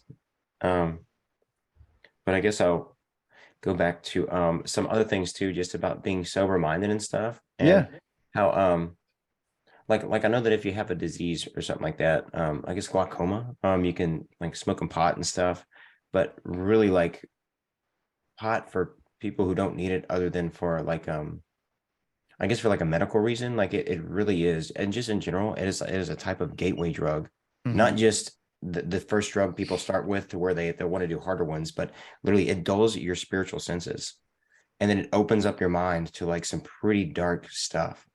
Like some people will call it like probably enlightenment or all this other stuff, but no, it's because there's so many stories just of people coming in contact with like these beings, but they have to be on pot or drugs in order to do it, or even drunk to an extent. But it's more so, I would say, probably pills or something you smoke, at least from my experience. And yeah, and then on another note, for the black dog, it made me think, it was man, so much happened the week after I was baptized. That was the first time, I think. Well, no, like in high school, I would watch shadows move around and they were silhouettes of people, but they would move around my walls and then eventually lead up to the ceiling and then be around and over my bed. But that was because I would do a lot of ghost hunting. I'm like, oh, this is fun. This is exciting. What's going to happen? I'm going to follow you. Yep. Follow you home. Yeah, man. And dude, it's crazy. And how many other ways like it will affect you. And let's see. And I remember waking up. It was the first week I was baptized, and I just woke up in straight fear. And I looked over at the corner of my room, and it was absorbent. Whatever it was a monster. It was like 8 foot tall. I mean, it had to be at least 8, maybe 9 foot tall, but it was so big and hulking, like it was hunching over. Not hunching over in a creepy way, but just that it was in a really tight spot. So I have no idea why I chose that corner of the room, because it was really tight. Like the closet actually came out of the wall and the door would open right, almost hitting that wall. Like it was a horrible construction. But anyway, yeah, it was over there and it was absorbing all the darkness, because I forgot what it's called, but it's all the speckles you see in the light, but it's how your eyes perceive light and stuff. And yeah, it was like blacker than black. But I couldn't even get, like Drewski was saying earlier, like I couldn't even get Jesus' name out. I mean, I could move my mouth, but I was like, it was like something was slapped over my mouth and I couldn't barely speak. Wow. Eventually I mustered up enough courage, because I knew this wasn't a dream. Like I knew that I was wide awake. Maybe in the beginning it was sleep paralysis, but I was able to move. So I don't know what you would call that, but I was able to at least grab my Bible, and then I hid under the covers, because we all know covers save you. And I held on so tight to that Bible, man. And I know eventually I didn't know what to say. So because I was a newer Christian, so I didn't know if there was like a right way to pray or anything, but I just said, in Jesus' name, in Jesus' name, until I eventually just fell asleep. Haven't had anything crazy like that since. But later on that week, I went to a friend of mine's birthday party, and this is where I want to talk about the black dog. She lived way out in the country, and we were really bored. There were 3 people there that got my attention, because me being in the past, I would do ghost hunting and stuff like that, so I can tell if there's like somebody who's a psychic or somebody who dabbles in that stuff, and I can tell these 3 people had their eyes on me, because I would see them looking at me through my peripheral. Then I started piecing things together because they started being standoffish and they wouldn't really talk to me a whole lot. They would more so be, I don't know, it was weird. Like one would be over here and then there'd be others over here. So for some reason, I felt like I was being corralled. Oh, did we lose Drew? And then later we're like, hey, let's go to the graveyard. And because we all thought that was a great idea out in the country. We're like, yeah, let's go do that. That's cool. What else are we going to do? We're country girls and boys. So we walked just probably maybe like a mile from our house. It was some old family graveyard. And one of the girls started talking, because it was a boy and then 2 girls. And one of the girls started talking to me. Then there was a girl in the front of me and in the back of me. And then I automatically knew at that point, I'm like, yeah, there's something up with them. They see something that I don't, but I know I don't want to see what they see. And she was trying to distract me with conversation when the guy in the back was, I guess, trying to protect me or something. And the girl in the front was just kind of being like the lead, like the eyes. And then eventually when we got back, the guy stopped about 50 feet behind me. And he kept looking over his shoulder. And I heard a really weird sound. I think it was summer. So there weren't really like a lot of like leaves on the ground or anything, not like fall. And it sounded like something being ruffled, like a bag ruffled around in the bushes. But there were no bushes near me, and the trees were pretty far back. And then I hollered out to the guy. I'm like, "What the heck was that?" And he was like, "Dude, that was a demon laughing." I'm like, "What?" So the guy just walked closer to me, and he was just explaining there was some angel of light following us. But it seemed like all the demons that they saw so many demons. They were literally like going like this, just slowly coming up further and further out of the ground and just staring at me, like hard. And then he was explaining that to me, and I said, "Oh, I know." He's like, "What?" I'm like, "Yeah, I was just baptized like a few days ago, or like 5 days ago or something." And he said, "Man, that must explain it," because he said there were archangels, there were hellhounds following me, and that's why I believe that black dog potentially. I don't know, like, since there isn't a lot of detail on some of these people. Like, I have heard of them seeing black dogs, but I don't know if they're all black. But man, I can feel the sense of it's like that primal fear you have, but even deeper than that, since once again we are just souls with bodies. It's a spiritual type of fear that we have, like, and these entities and things, like, they operate in a different realm. So I mean, they can see us and they're always around us. There is a spiritual war going on, and for our souls, man, and it is crazy. So many people are closed off to it, and for them to open up their mind, unfortunately, sometimes they'll have like really bad trips, whether that be on drugs, like crazy stuff. Because I've heard it on acid, man, dude. There are some crazy stories, and I believe what these people say. Not all BS stories, but but there are, I don't know. It's just crazy because sometimes those people, they'll have bad trips, but and I put that in quotes because I'm like, no, like after that, like when their senses are that dulled, then something will possess them, and man, dude, they're forever like changed unless they accept Jesus Christ as their Lord and Savior. Like, dude, it's just wild. That's all I got. That's crazy. So yeah, were you able to see these figures when you were in the cemetery there, or you just know, like, in your mind's eye, you knew that this was going on? No, I can feel like a spiritual heaviness, like that primal fear, that primal instinct that we have. Like, I knew something was watching me, and I knew it wasn't related to people, because people definitely feel different than an actual, like, I guess, creature or a monster. It's just a different vibe it gives off. And I knew that I couldn't see it, but there would be like this, I don't know, like this really weird wind. To me, it was weird. Maybe to everybody else, it could have been another wind. But I don't know if it was like specific to those demons, probably opening up portals or something like that. But for sure, I don't know. It was so odd. And the way it whistled between the trees. Like, Yeah. So, I guess I would say that the fact that you were just baptized, obviously you mentioned it too, where there's a spiritual war going on, whether you want to believe it or not. It's like I always say, the devil lives in Hollywood. You can see that portrayed through this so-called art. You know what I mean? And people think it's funny, and it's not funny, because whether you believe it or not, these people believe it. And it's projected through through their so-called art, whether it be movies, music videos, Grammy Award shows, things like that. And I think obviously you go outside and you look around, and you think, and you're still like, I'm an atheist. This earth is just here just for me. It's weird to me. Like, there's obviously a creator. Something created us. I mean, look at the mechanics of, the human body. And like you've said several times now, we're just souls in a body. We're essentially a universe expressing itself as a human for a little while, and we have an allotted time to experience the things that we are to experience, almost like we're contracted to experience those experiences. Like I don't know if you believe in multiple lives or whatever, or past lives and shit like that. It's almost like we are meant to, each life we're meant to learn something new, whether it be in this reality, or I guess this dimension, or another.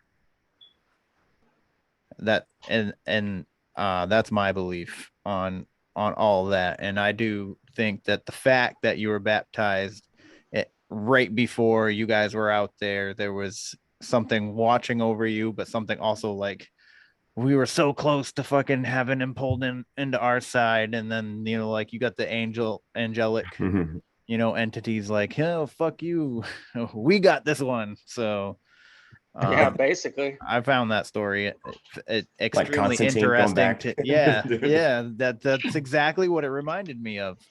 That of Constantine, and it's just like, I don't know, it was intriguing to me on a spiritual level. So I appreciate you sharing it, and I enjoyed you talking about it. So how old were you when you got baptized? How old were you in this instance? Oh crap, we just lost you. Come back, bro. Come back to life, man. Of course that would happen. Yep. Thank you. All right, let's see if it's something on my Drew, you got full bars. Yeah, I'm good to go.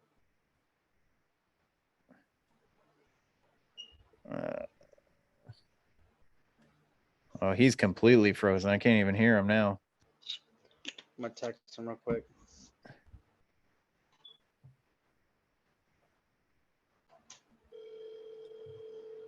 Oh, now he's gone. Hey, he's back. There he is. Look, I was just calling you, big dog. I was just calling you. Dang, man. It's so freaking weird when this stuff happens. It is weird. But yeah, go ahead. If you I was what the fuck did I ask? Oh, how old were you when you were baptized?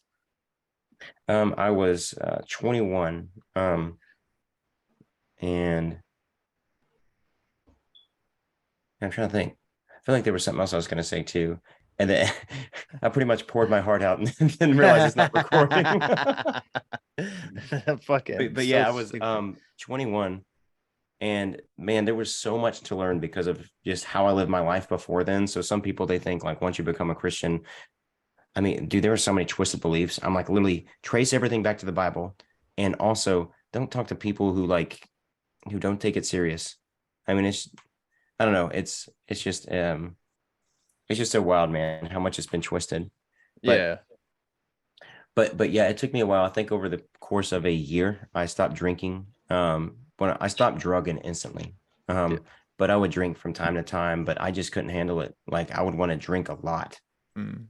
So yeah, I finally decided in 2010, that's when I stopped drinking. It was November of 2010. And then I met that's around the time I met my girlfriend, who is now my wife. And we have about 80 babies. 80? Jeez. We live on a big farm. Get off her, man.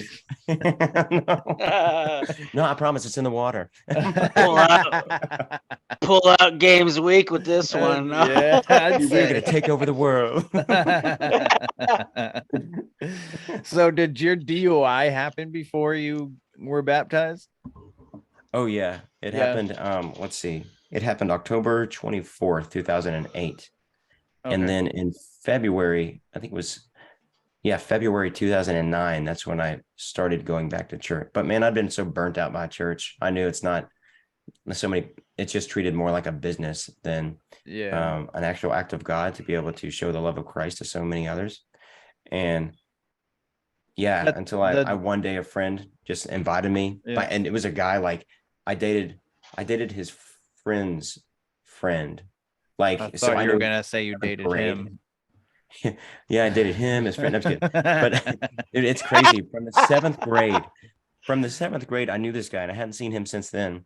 And then I don't know, like I really believe God definitely orchestrated that, because he came in one day when I was a host. Like at the time, I was at rock bottom at that point, trying to figure out like life. And when I hit my head on my DUI, like I literally was knocked senseless. It took me about a month to learn how to eat properly again, and because I kept, when I was wanting to bring the food to my mouth, my hand would keep bringing the food to my forehead. Even when I move my mouth to like eat it, it would keep going. It was so frustrating. So it's the little things we take for granted. It was around then I was like walking one day. It was like about 6 to 8 months later. Still trying to figure out like my life and what happened and stuff. And then it was like somebody poured a liter of acid into my brain, and all these memories came back. And I didn't know how to react because it was it was such a weird sensation. Like I literally like froze and I started shaking just a little bit because I didn't know how to comprehend it. Like, I don't know, it was just so freaking weird.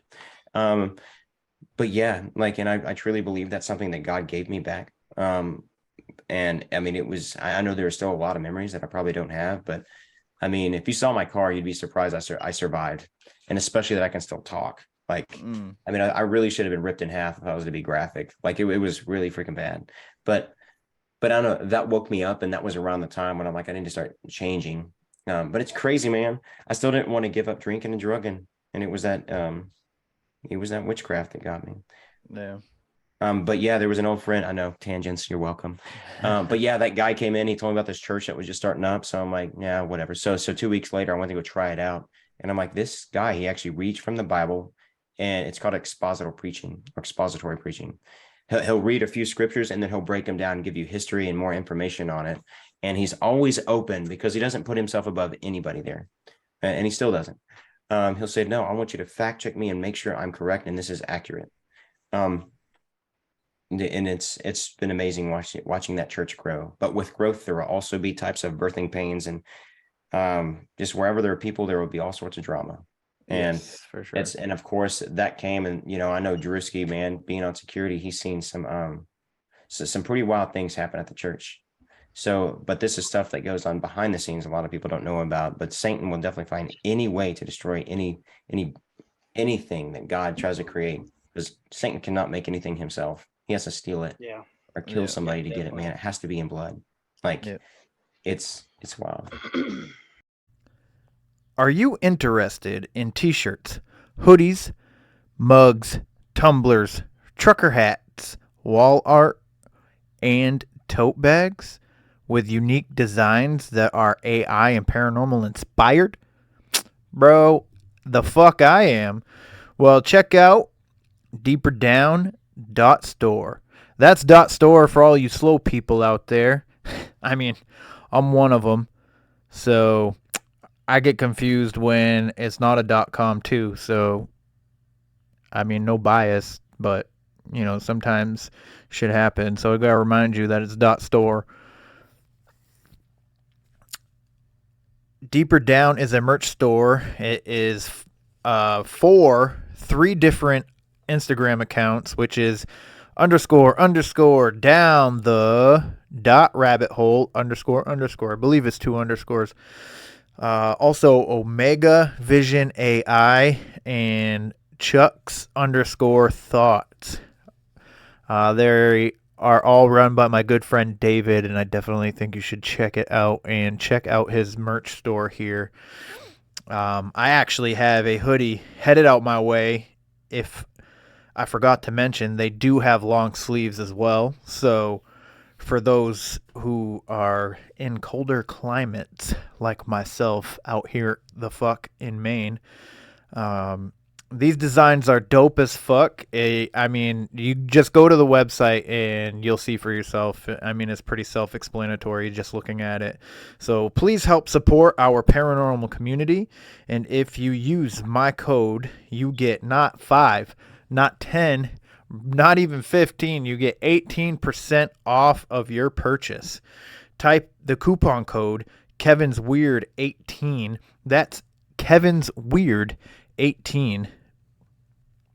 That's my name. I'm weird.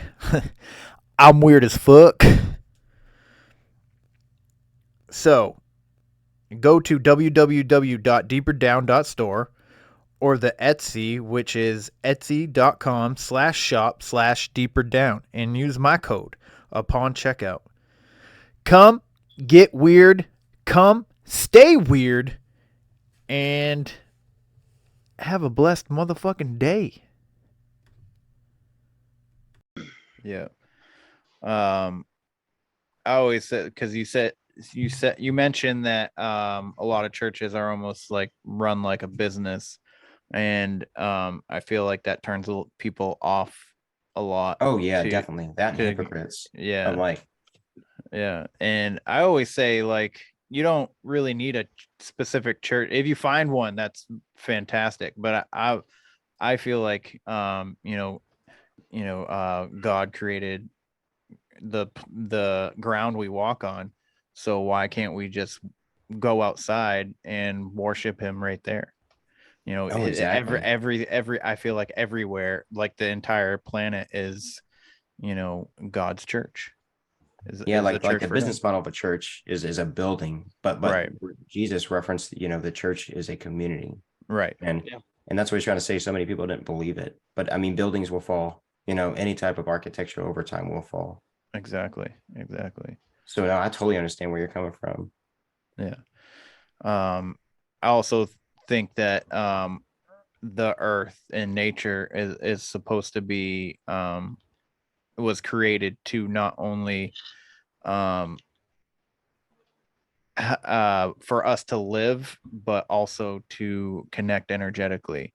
So like being barefoot out in nature. Oh yeah, grounding. Definitely, man. Yeah. Dude, I love doing grounding. Like, especially my kids. I love grounding them. Yeah. Like, I love going out there because it's such an amazing sensation you feel when you walk barefoot. And my God, yes. of the earth. Like, and you can even try it with children. Take them out there, and it's crazy, man. It'll put them in a better mood. Mm-hmm. Some people would be like, that's BS. I'm like, try it. Yes. Yeah, because it was like the 60s or something that they created the rubber sole in your shoes. Yep. So and if we know anything about the 60s, that was when a lot of shit was so you got the Roswell crash in like 47, and then all of a sudden all this technology starts getting kicked out through the 50s and shit. And then the 60s I feel like is when they really started like spiritually attacking the public. So I found when I learned that the 60s was when the rubber soles were created, I was like, oh, well, that kind of makes sense a little bit. But I feel like you just the more people you talk to about this stuff and the more people you open their minds to, I mean, some people you're not going to be able to reach. That's just the way it is. Yeah. But I feel like the more people you get on the topic, because a lot of people are like, oh God, he's talking about God, and here we go. Like, and no, it's just there's something to it. That's why he comes up so often. And I feel like the more people that you talk to, the more people you wake up and get to realize that there's more to this than just us being here. Like, what's the point? We're working and slaving away these jobs for what? For money. What's the end goal? Like, you're going to be old by the time you retire. You're going to be broken by giving yourself to this job every day, a job that you don't even like. And you're calling that the purpose of living. I feel like there's more to life than working and dying. Because the only thing that we have promised is death. Yep. So that's a fact.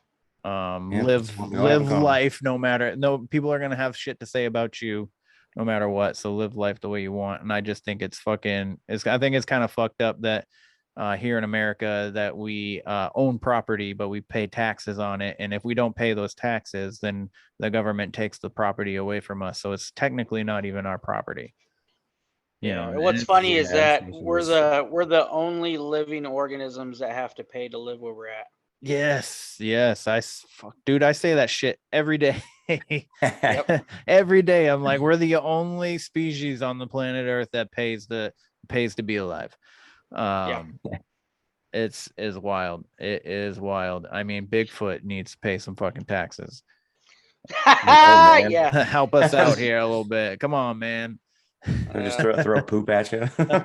Take that. So ever since I started this podcast, I've noticed that people randomly, I don't know if it's like just like the fact that I'm more open on these kinds of topics, but I find that random people will just tell me like this, like a ghost story or a cryptid encounter or something. So I work at a waste facility, and there's an older woman that works the scale house. So I gotta pull the truck up onto the scale, and at the end of the day, I go into her office to sign the scale slips.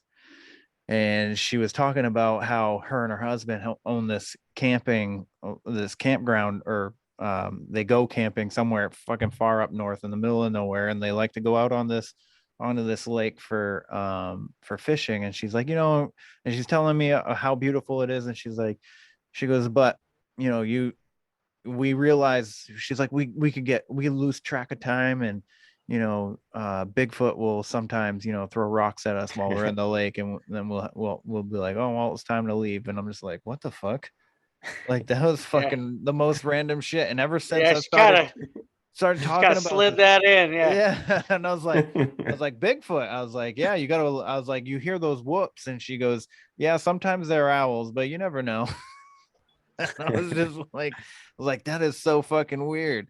And I wanted to talk to her more about it, but I was like, I'm not gonna push it.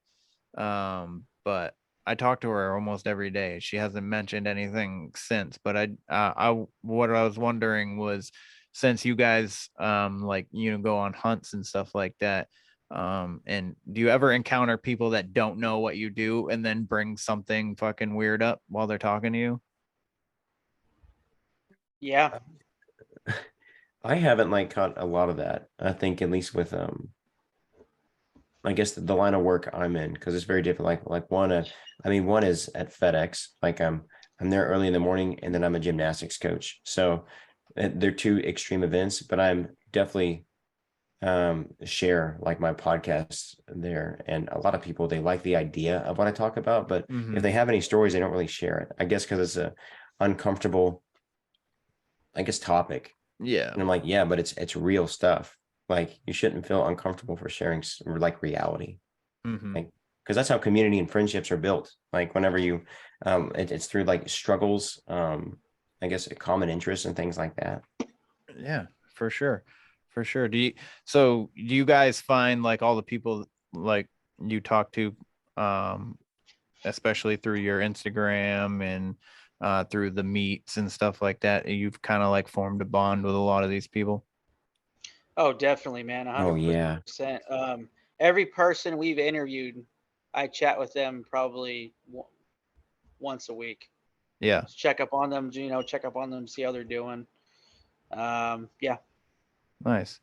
I same thing with me. I think one of the biggest blessings of starting this podcast is expanding my my friend group basically. Yeah.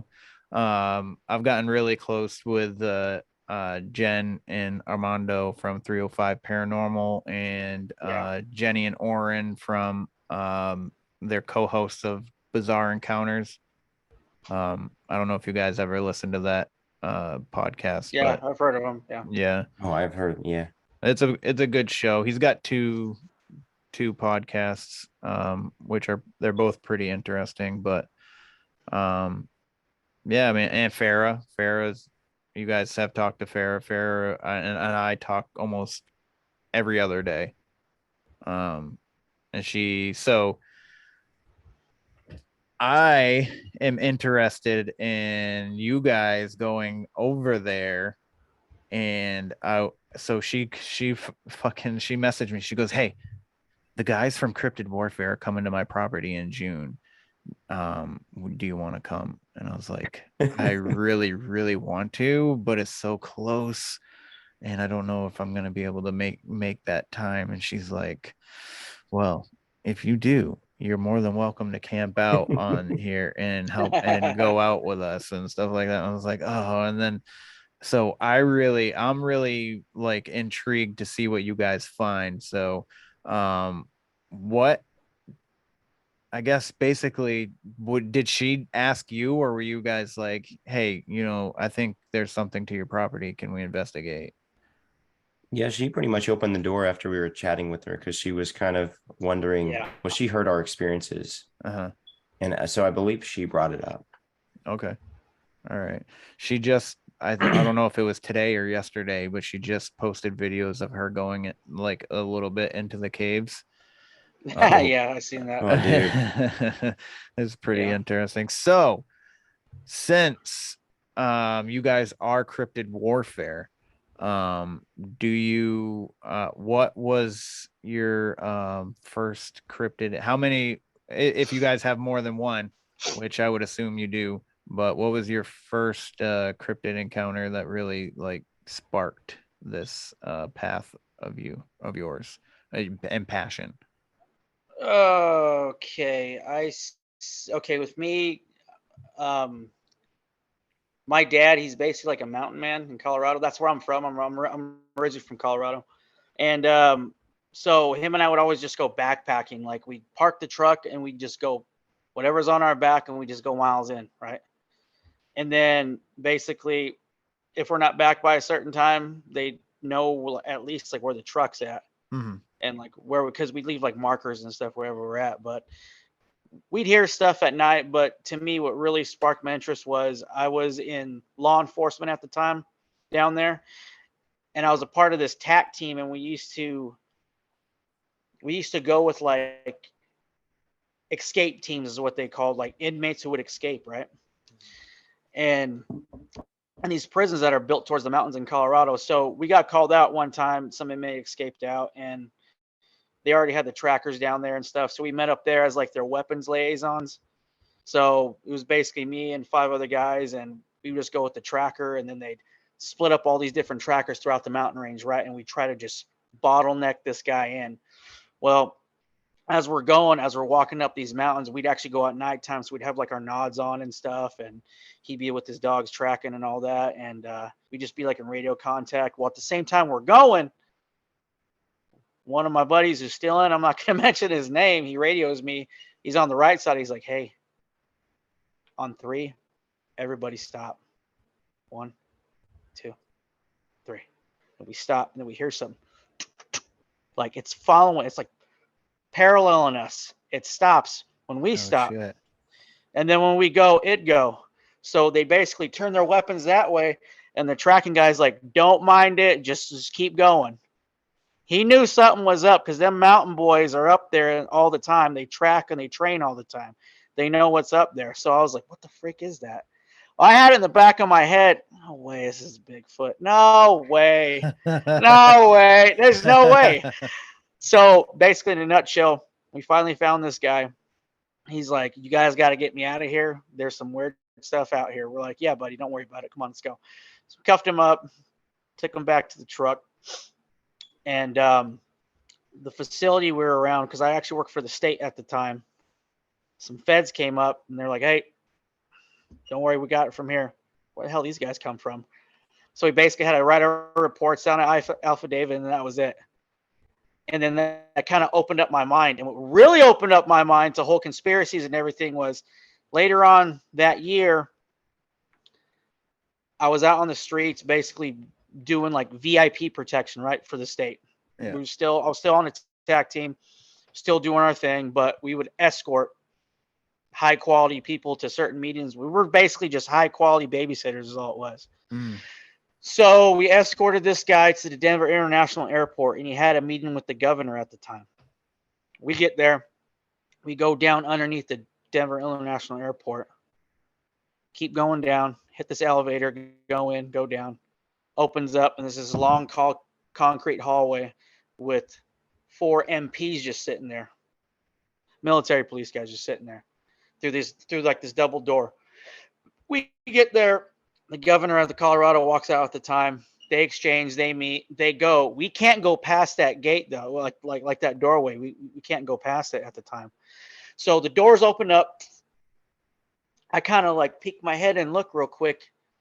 I kid you not, it's a giant warehouse with giant concrete columns, 100 feet high as far as I can see, dude. Wow. And I see in front a railway right there, like a railway for a train. So I'm just, so we're standing there for like 2 hours. So we're just BSing with the military dudes, just talking crap, football, whatever. And I was like, hey, man. So when did they add this on, dude? And he's like, oh, they started BSing. Like, oh, they had this for a while. Yeah, this railway system leads all the way to NORAD, and that one leads all the way down to Pueblo, Colorado. And then that one leads out towards California. And I'm just like trying to keep my cool. I'm like, okay, cool. That's whatever, So then my buddy, he works for the DOD, did some digging, sends me some stuff. And he's like, hey, check this out. Well, it's like blueprints of underground tunnel systems from 2009. And that when I was in, it was like 2013 is when that happened. But these are blueprints from like 2009. It shows a whole railway system underneath the United States of America.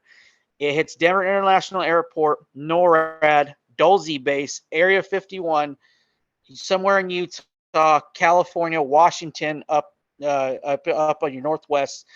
All these like spidered out freaking railway systems lead all the way to DC. And he's like, this is how they transport things without the public knowing about it. Yes. I was like, what exactly are you talking about? He's like, it's a need to know basis and you don't need to know.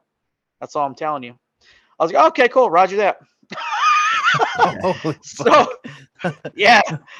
I've heard so many stories of underground military bases and all this shit. And my grandfather served in the Navy, and I was like, did you ever see like a underground military base? He goes, oh, they're all over the place. And I was like, really? Yeah. He's like, everywhere. And they're all connected. Yeah.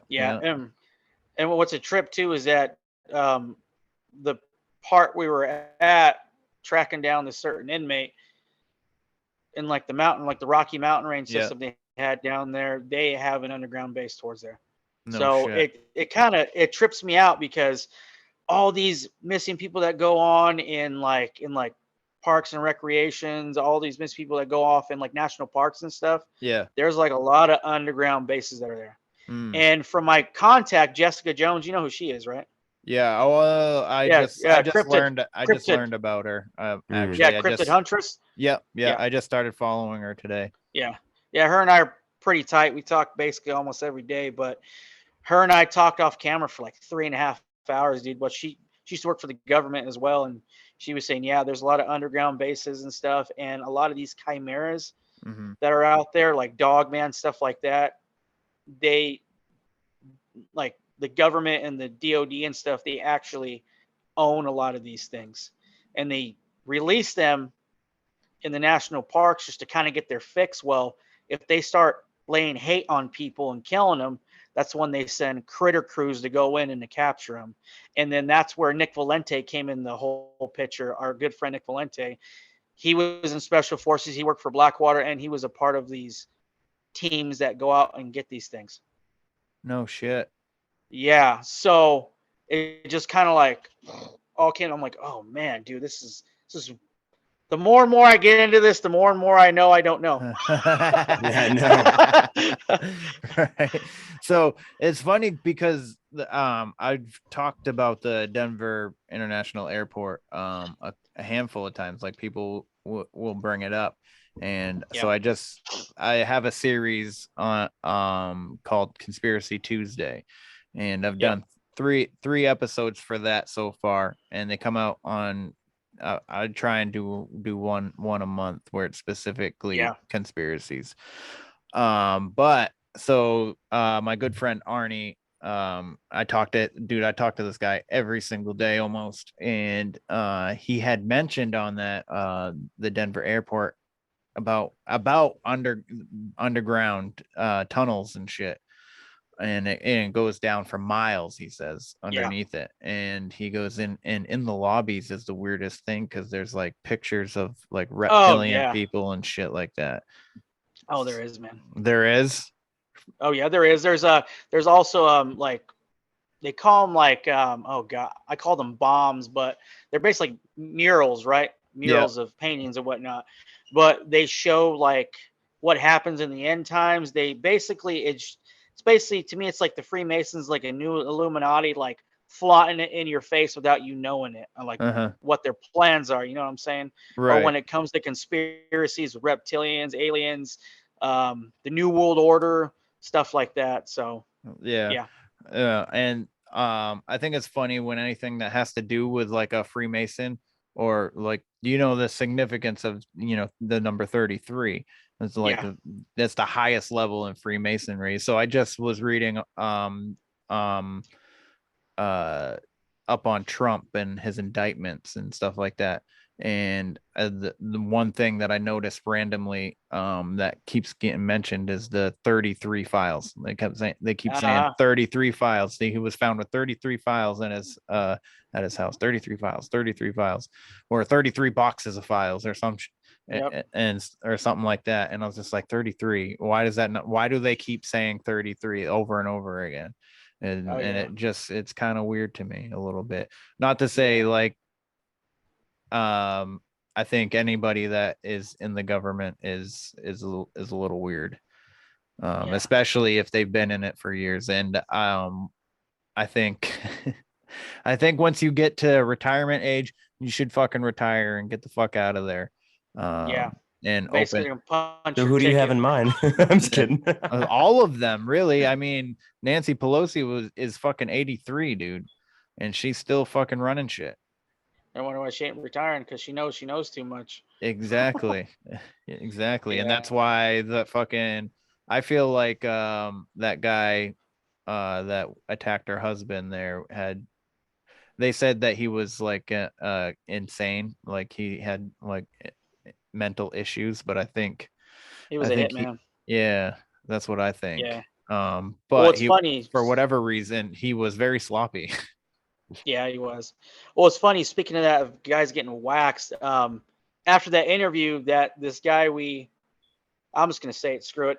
He was the executive director of the prisons there in Colorado, right? Over the whole thing. Okay. So after that meeting, 2 months later, he got murdered. Of course. Yes, he got murdered by, so And it was a big chase from Colorado Springs all the way down to Texas, and they finally caught this guy in Texas and got him down. But the guy, he actually got waxed like right at his house. He opened up the door. He's like, "Hey, I'm delivering a pizza."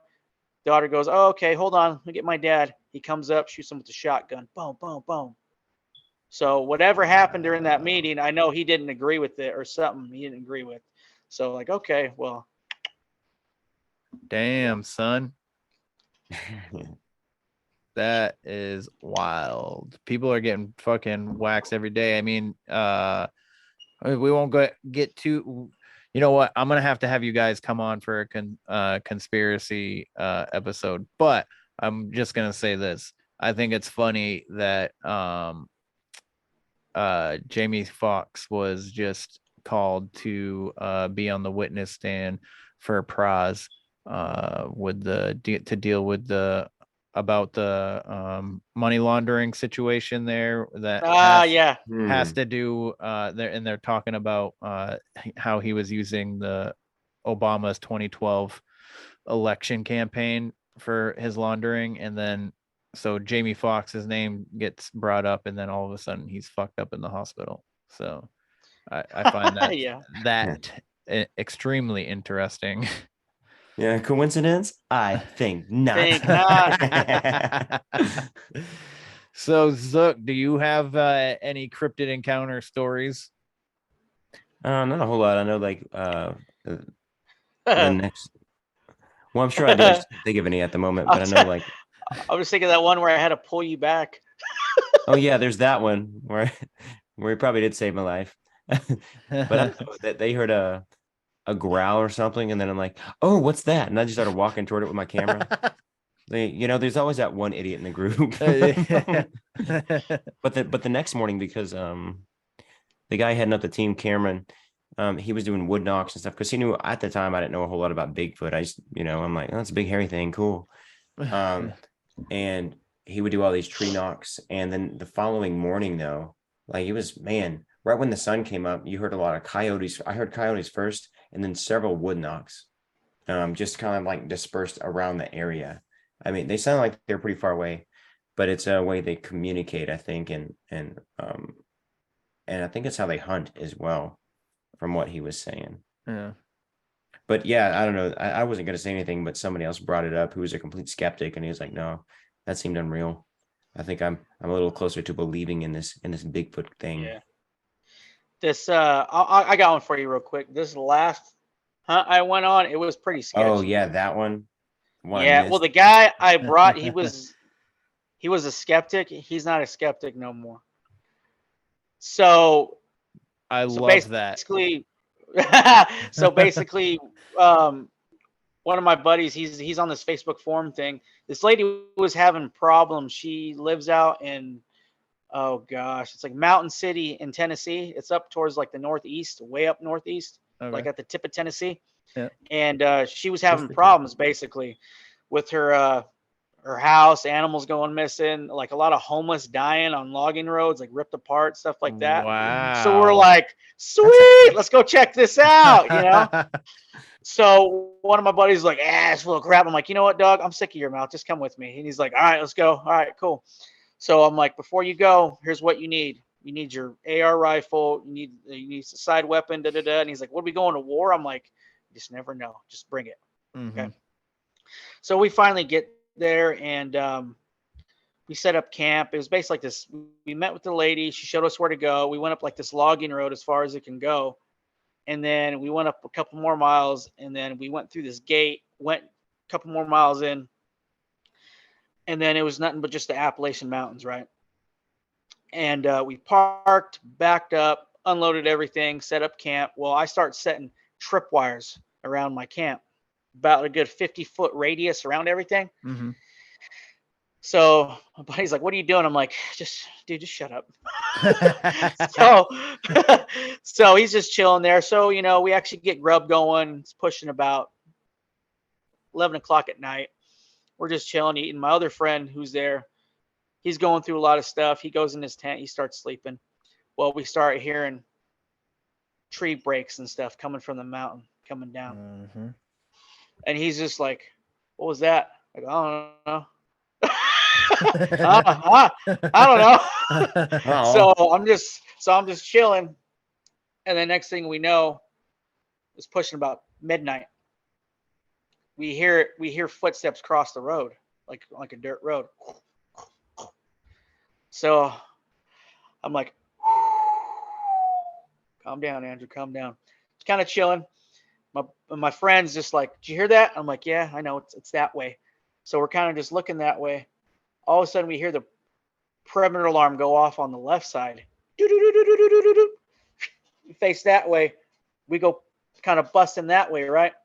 I go fix like the trip alarm because it broke. I go fix it. As we're walking back, we hearing these things start running, pacing around, just running. And he's like, what the freak? What the freak? I'm like, just calm down, just chill out. He's like, there's mountain man out here. I'm like, there ain't no mountain man, dude. Trust me. All of a sudden we start hearing these things bluff charges and it sound like four-wheelers are just busting through, coming up just as far as the light can go. Wow. So we're basically, it got so hairy, so bad where I had to shoot off some rounds. Boom, boom, boom, boom, boom. And then these things just start running up the mountain, just like freaking cockroaches. And he's like, he starts crying. He's like, no way, man. This isn't effing real. No way, no way. I'm like, yeah, it's real and they're here. So lock it up, you know? So after that, him and I just sit like back to back and the fire's dying out. Well, then it starts to rain. And now you can't fucking hear footsteps. No. So next thing we know, I'm like, all right, dude, screw it. Let's just call it a night. So I go in my tent.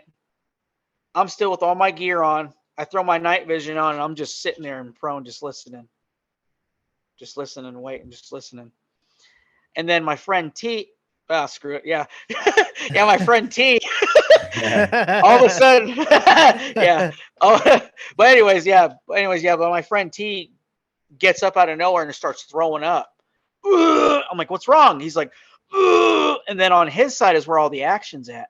The run-in, the bluff charging, and it's just completely dark at the time and it's still raining. He's throwing up. Well, the alarm goes off now on his side. So that's when I pull up and he pulls up his weapon. And then we just start kind of making our way towards the alarm. And I said it again. I'm like, what happened, dude? And he's like, I don't know what it was. I'm just chilling there. Next thing I know, I hear this. And I feel my body getting like hit by like this bass. He goes, you ever stand next to like a subwoofer and it just hits you? I'm like, yeah, buddy. I go, they call that infrasound, man. Yep. That's what it is. And I'm like, that's why you're throwing up. And he's like, I don't understand why. I'm like, well, one, I'm looking at you. You're like the biggest guy here. So you're like the biggest threat. So I'm thinking they're trying to take you out first and then work their way down. And he's like, fuck that. So we basically just... He's like, get me the fuck out of here. Yeah, well, we couldn't go anywhere because my buddy Paul had his keys. So after that, we got up. I told Paul, I was like, hey, bro, where's your keys at? He's like, oh, they're in my pocket. He was sleeping the whole time, mind you. Wow. But he was awake, but he fell back asleep. He heard the gunshots. He goes, you guys all right? I'm like, yeah, we're good. He's like, all right. So, but Paul's been on with me on a lot of expeditions, so he's cool. Yeah. But I grabbed his keys and I went up to the truck and I put them right there in the freaking like gas opening. He's like, why are you doing that? I'm like, well, in case we all know where the gas is, like the keys are at, in case I get snatched, you get snatched, or Paul gets snatched. That way none of us have the keys and we two of us can get out of here at least. Mm-hmm. So basically him and I stood up the whole night. Then after that, the sun came up, everything quieted down. And then I was like, hey, let's go see on where the heck, like, let's go out and see like where the heck like we seeing all these noises at and stuff. He goes, all right. So we go, and it's just like a clear path. It looks like a four-wheeler just ran through the trees, dude. So we follow it. We go down this gully, come up mountain ranges as far as I can see, dude. I'm like, damn, no wonder. Okay. I think they smelt our food. They heard us, you know, and they just came in, you know, just to check it out. So yeah. So that's what happened, man. Wow, that's a wild story, man. Yeah, and we actually have them telling a story on our podcast. I forgot what episode it is, Zook, but it's in there. Yeah, okay. It's in there. I think it was probably like 4. No, wait, I think it was longer than that. Like 5 or 6 episodes ago. Okay. All right. Yeah, because I just started listening to you guys since Farrah.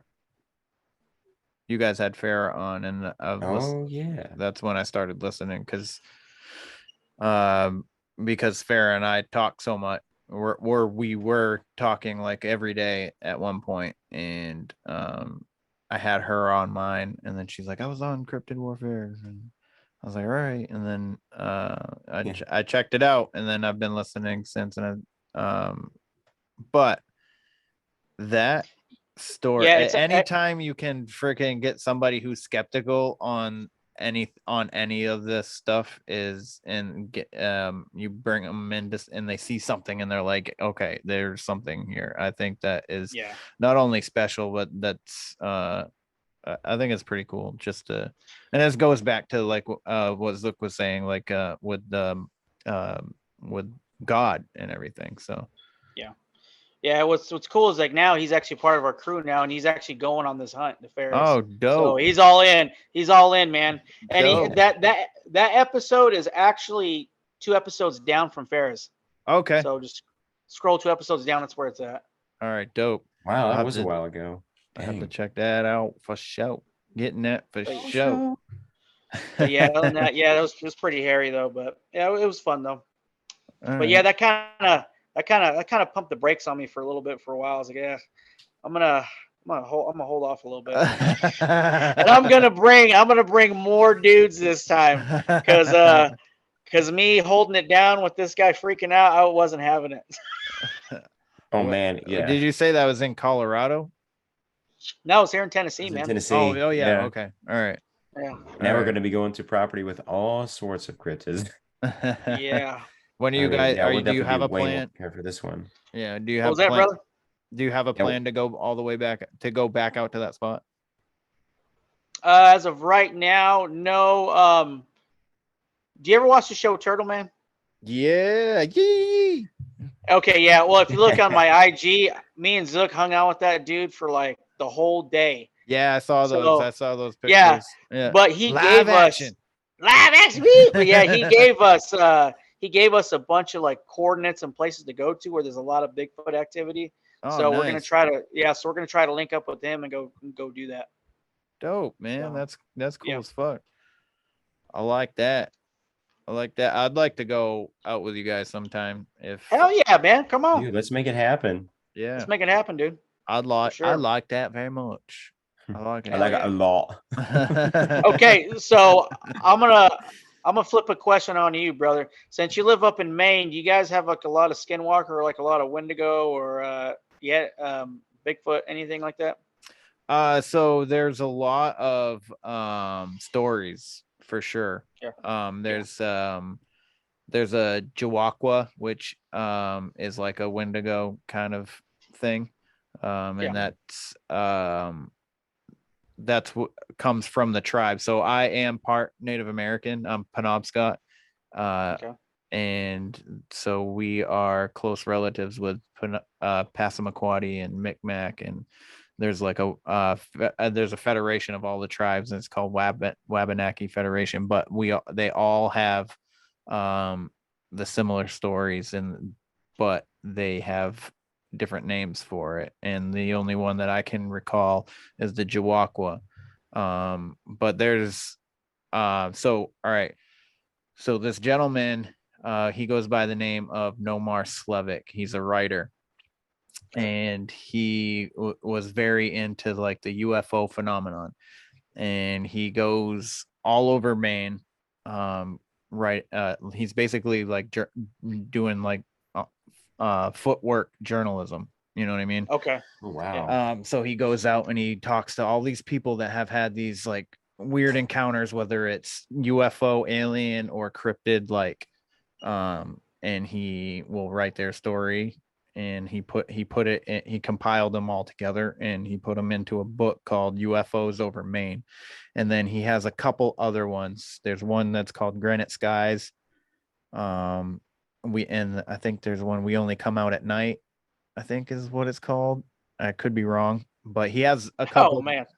He has a couple books that is detailing people's experiences, but UFOs Over Maine Is I don't know if the other ones have to do with people in stories from Maine too, but UFOs over Maine, he goes and he talks to people, and he's come across so many like cryptid stories. And there's another woman who is also an author, and she owns a bookstore. She also compiled people's Bigfoot encounters into a book, and I can't remember the name of that book, but she operates the Green Hand bookstore in Portland, Maine. So that is interesting. I've been wanting to talk to her about some of those crazy stories that she's gotten from people in this state on Bigfoot, because you know you got like Mount Katahdin and the Appalachia. That's all comes all up the side of Maine. So, and there's a lot of stories of wild men too out there, especially along the trails, like the Appalachian Trail. So, but personally, I haven't really specifically seen anything. I do have 2 stories that I think might be Skinwalker and maybe a dog man, but I don't really know what to put to it. I just know it has to do with coyotes and Gotcha. red glowing eyes, because I couldn't see what it was. So, but yeah, no, I mean, there's a lot of stories. There's a lot of woods. There's this because the whole state is, I believe it's only like 25% developed. Oh yeah, dude. There's a lot Golly. of ground out there that hasn't been covered Lot of yet. places to Yeah, hide. totally. Yeah, and it's a big state. It's bigger. It's a pretty big state. It's not huge. It's definitely not Texas. In comparison to Tennessee, I'm not 100% because Tennessee's long, so you can't really compare it. Yeah, But it is. I want to say it's close to the same size as Tennessee. Yeah, dude, that's Wow. one place I've always wanted to go is Maine. I've always wanted to go to Maine, man. I got something. I love lighthouses, dude, and seafood. Yeah. Oh, dude. Yeah. Dude, hey, we'll have to do a trip one of these days. Yeah, you should. Seriously. We could get a beer, or we could go Down. we could go fishing. All the weird stuff. Oh yeah, I'm cool with that. Yeah. Dude, what if we catch a merman?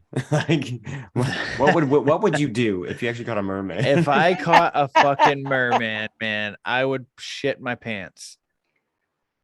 Did you see the Animal Planet doing like you know how they have Shark Week and shit like that? I did. Did you see the fucking I whole, saw like, that. merman thing that they were doing?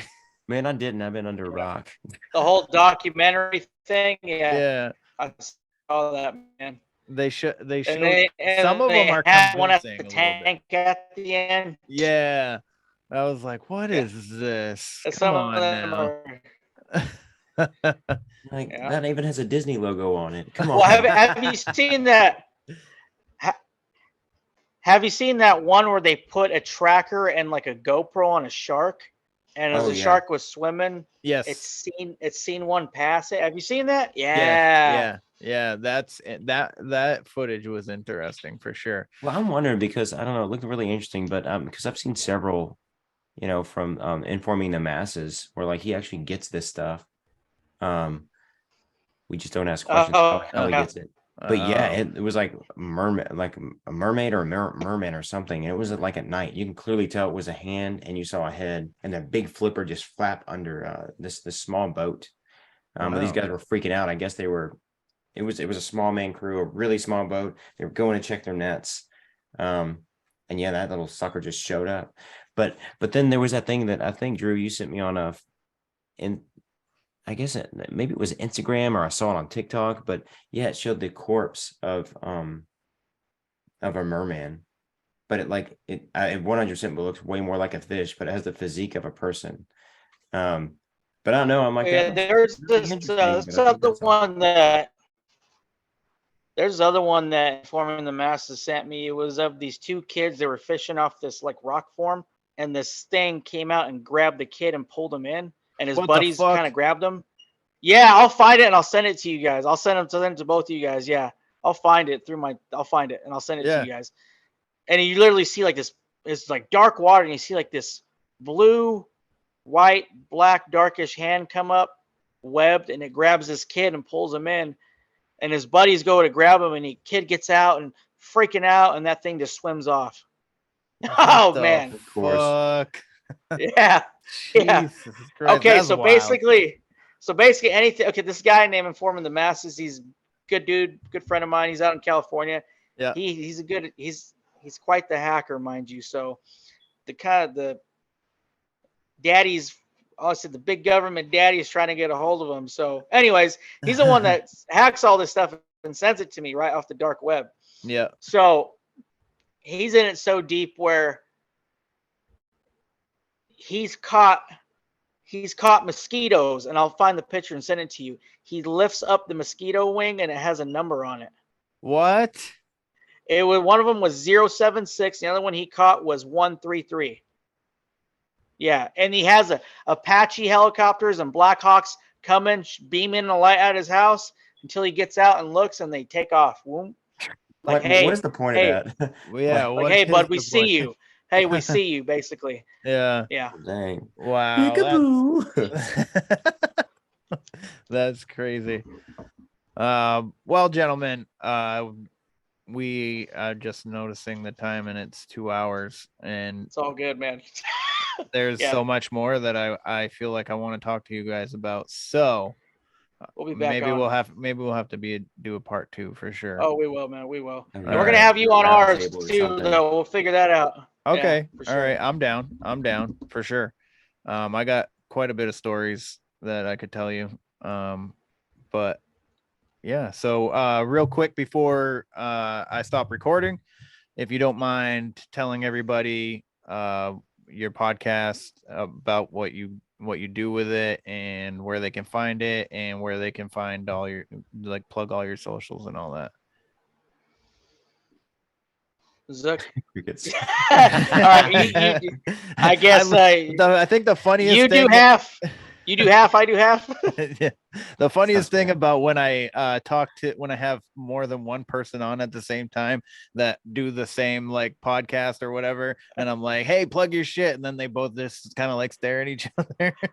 Screw it. I'll go. All right, here we go. Like, he's Instagram all the way and does Facebook. Here we go. Okay. Yeah. All right, guys. So basically, you can find us. We actually have a website. It's cryptidwarfare.com. You guys can find us there, and if you go down to the bottom, you can find us on Instagram, Facebook, Twitter, TikTok, and YouTube.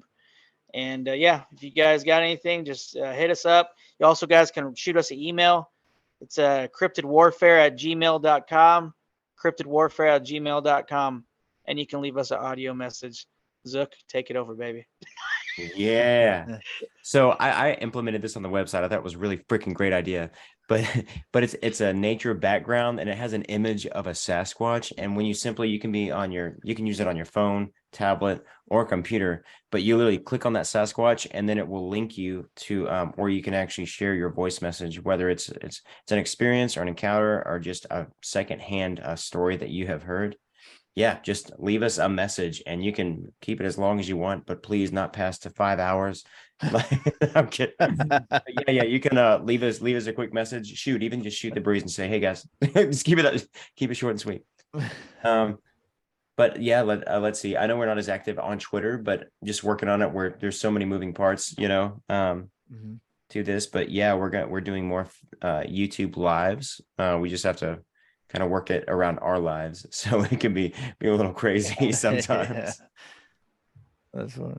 Awesome, man. Awesome. So YouTube actually took down my last episode because she mentions the vaccines. Yeah, you gotta go. Yeah. And they sent me the community guidelines. They're like, we want everybody to be safe, and they sent me the community guidelines of what because I didn't know. They just said medical misinformation. So I'm reading through it, and there's like this huge list of things that I cannot say that pertain to COVID or the vaccines. The damn jab. My in college, my biology professor was a teacher, or not a teacher. Well, yeah, he was obviously a teacher, but he was a doctor, and he had so he had medical practice and stuff like that. And he said literally these big organizations, and he was talking about the medical field, but it kind of applies to all. But they write these really long, massive forms full of all this crap, just so that you don't want to spend time to read it, or that you won't understand or comprehend a lot of it. Yeah. And just so that you can pay a crap ton of money, or that they can push some sort of policy or something. It's really silly. He was a really, really smart guy. And I love how much he shared. So nice. Yeah. I will never, so I'll just shit before I stop recording so that YouTube can fucking hear this. But I think it's funny that the community guidelines, the topics that are allowed to be said, have to do with the election and COVID.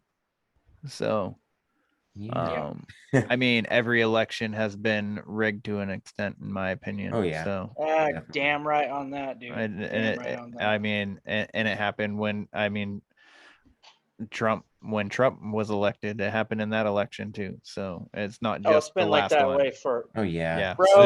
So, they already pick who they want. They just say face like, oh, you guys can vote. Your votes don't count. No. Yeah, not elected, they're selected. That's why Kamala Harris is VP, even though she dropped out fucking and had the lowest rating for VP. But anyways, and she's a retard. These are topics we can get into next time. So with that, if any of you have a crazy encounter or interesting thing you would like to speak about, whether it's paranormal, cryptids, conspiracy, spirituality, and all things weird, hit me up at wheretheweirdonesare@gmail.com, or follow my Instagram, which is where I'm most active, where_the_weird_ones_are. And until next time, my friends, stay weird. This concludes our broadcast day. Click.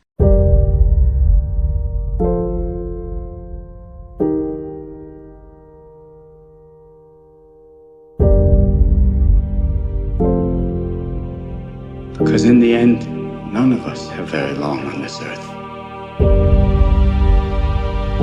Life is fleeting. And if you're ever distressed,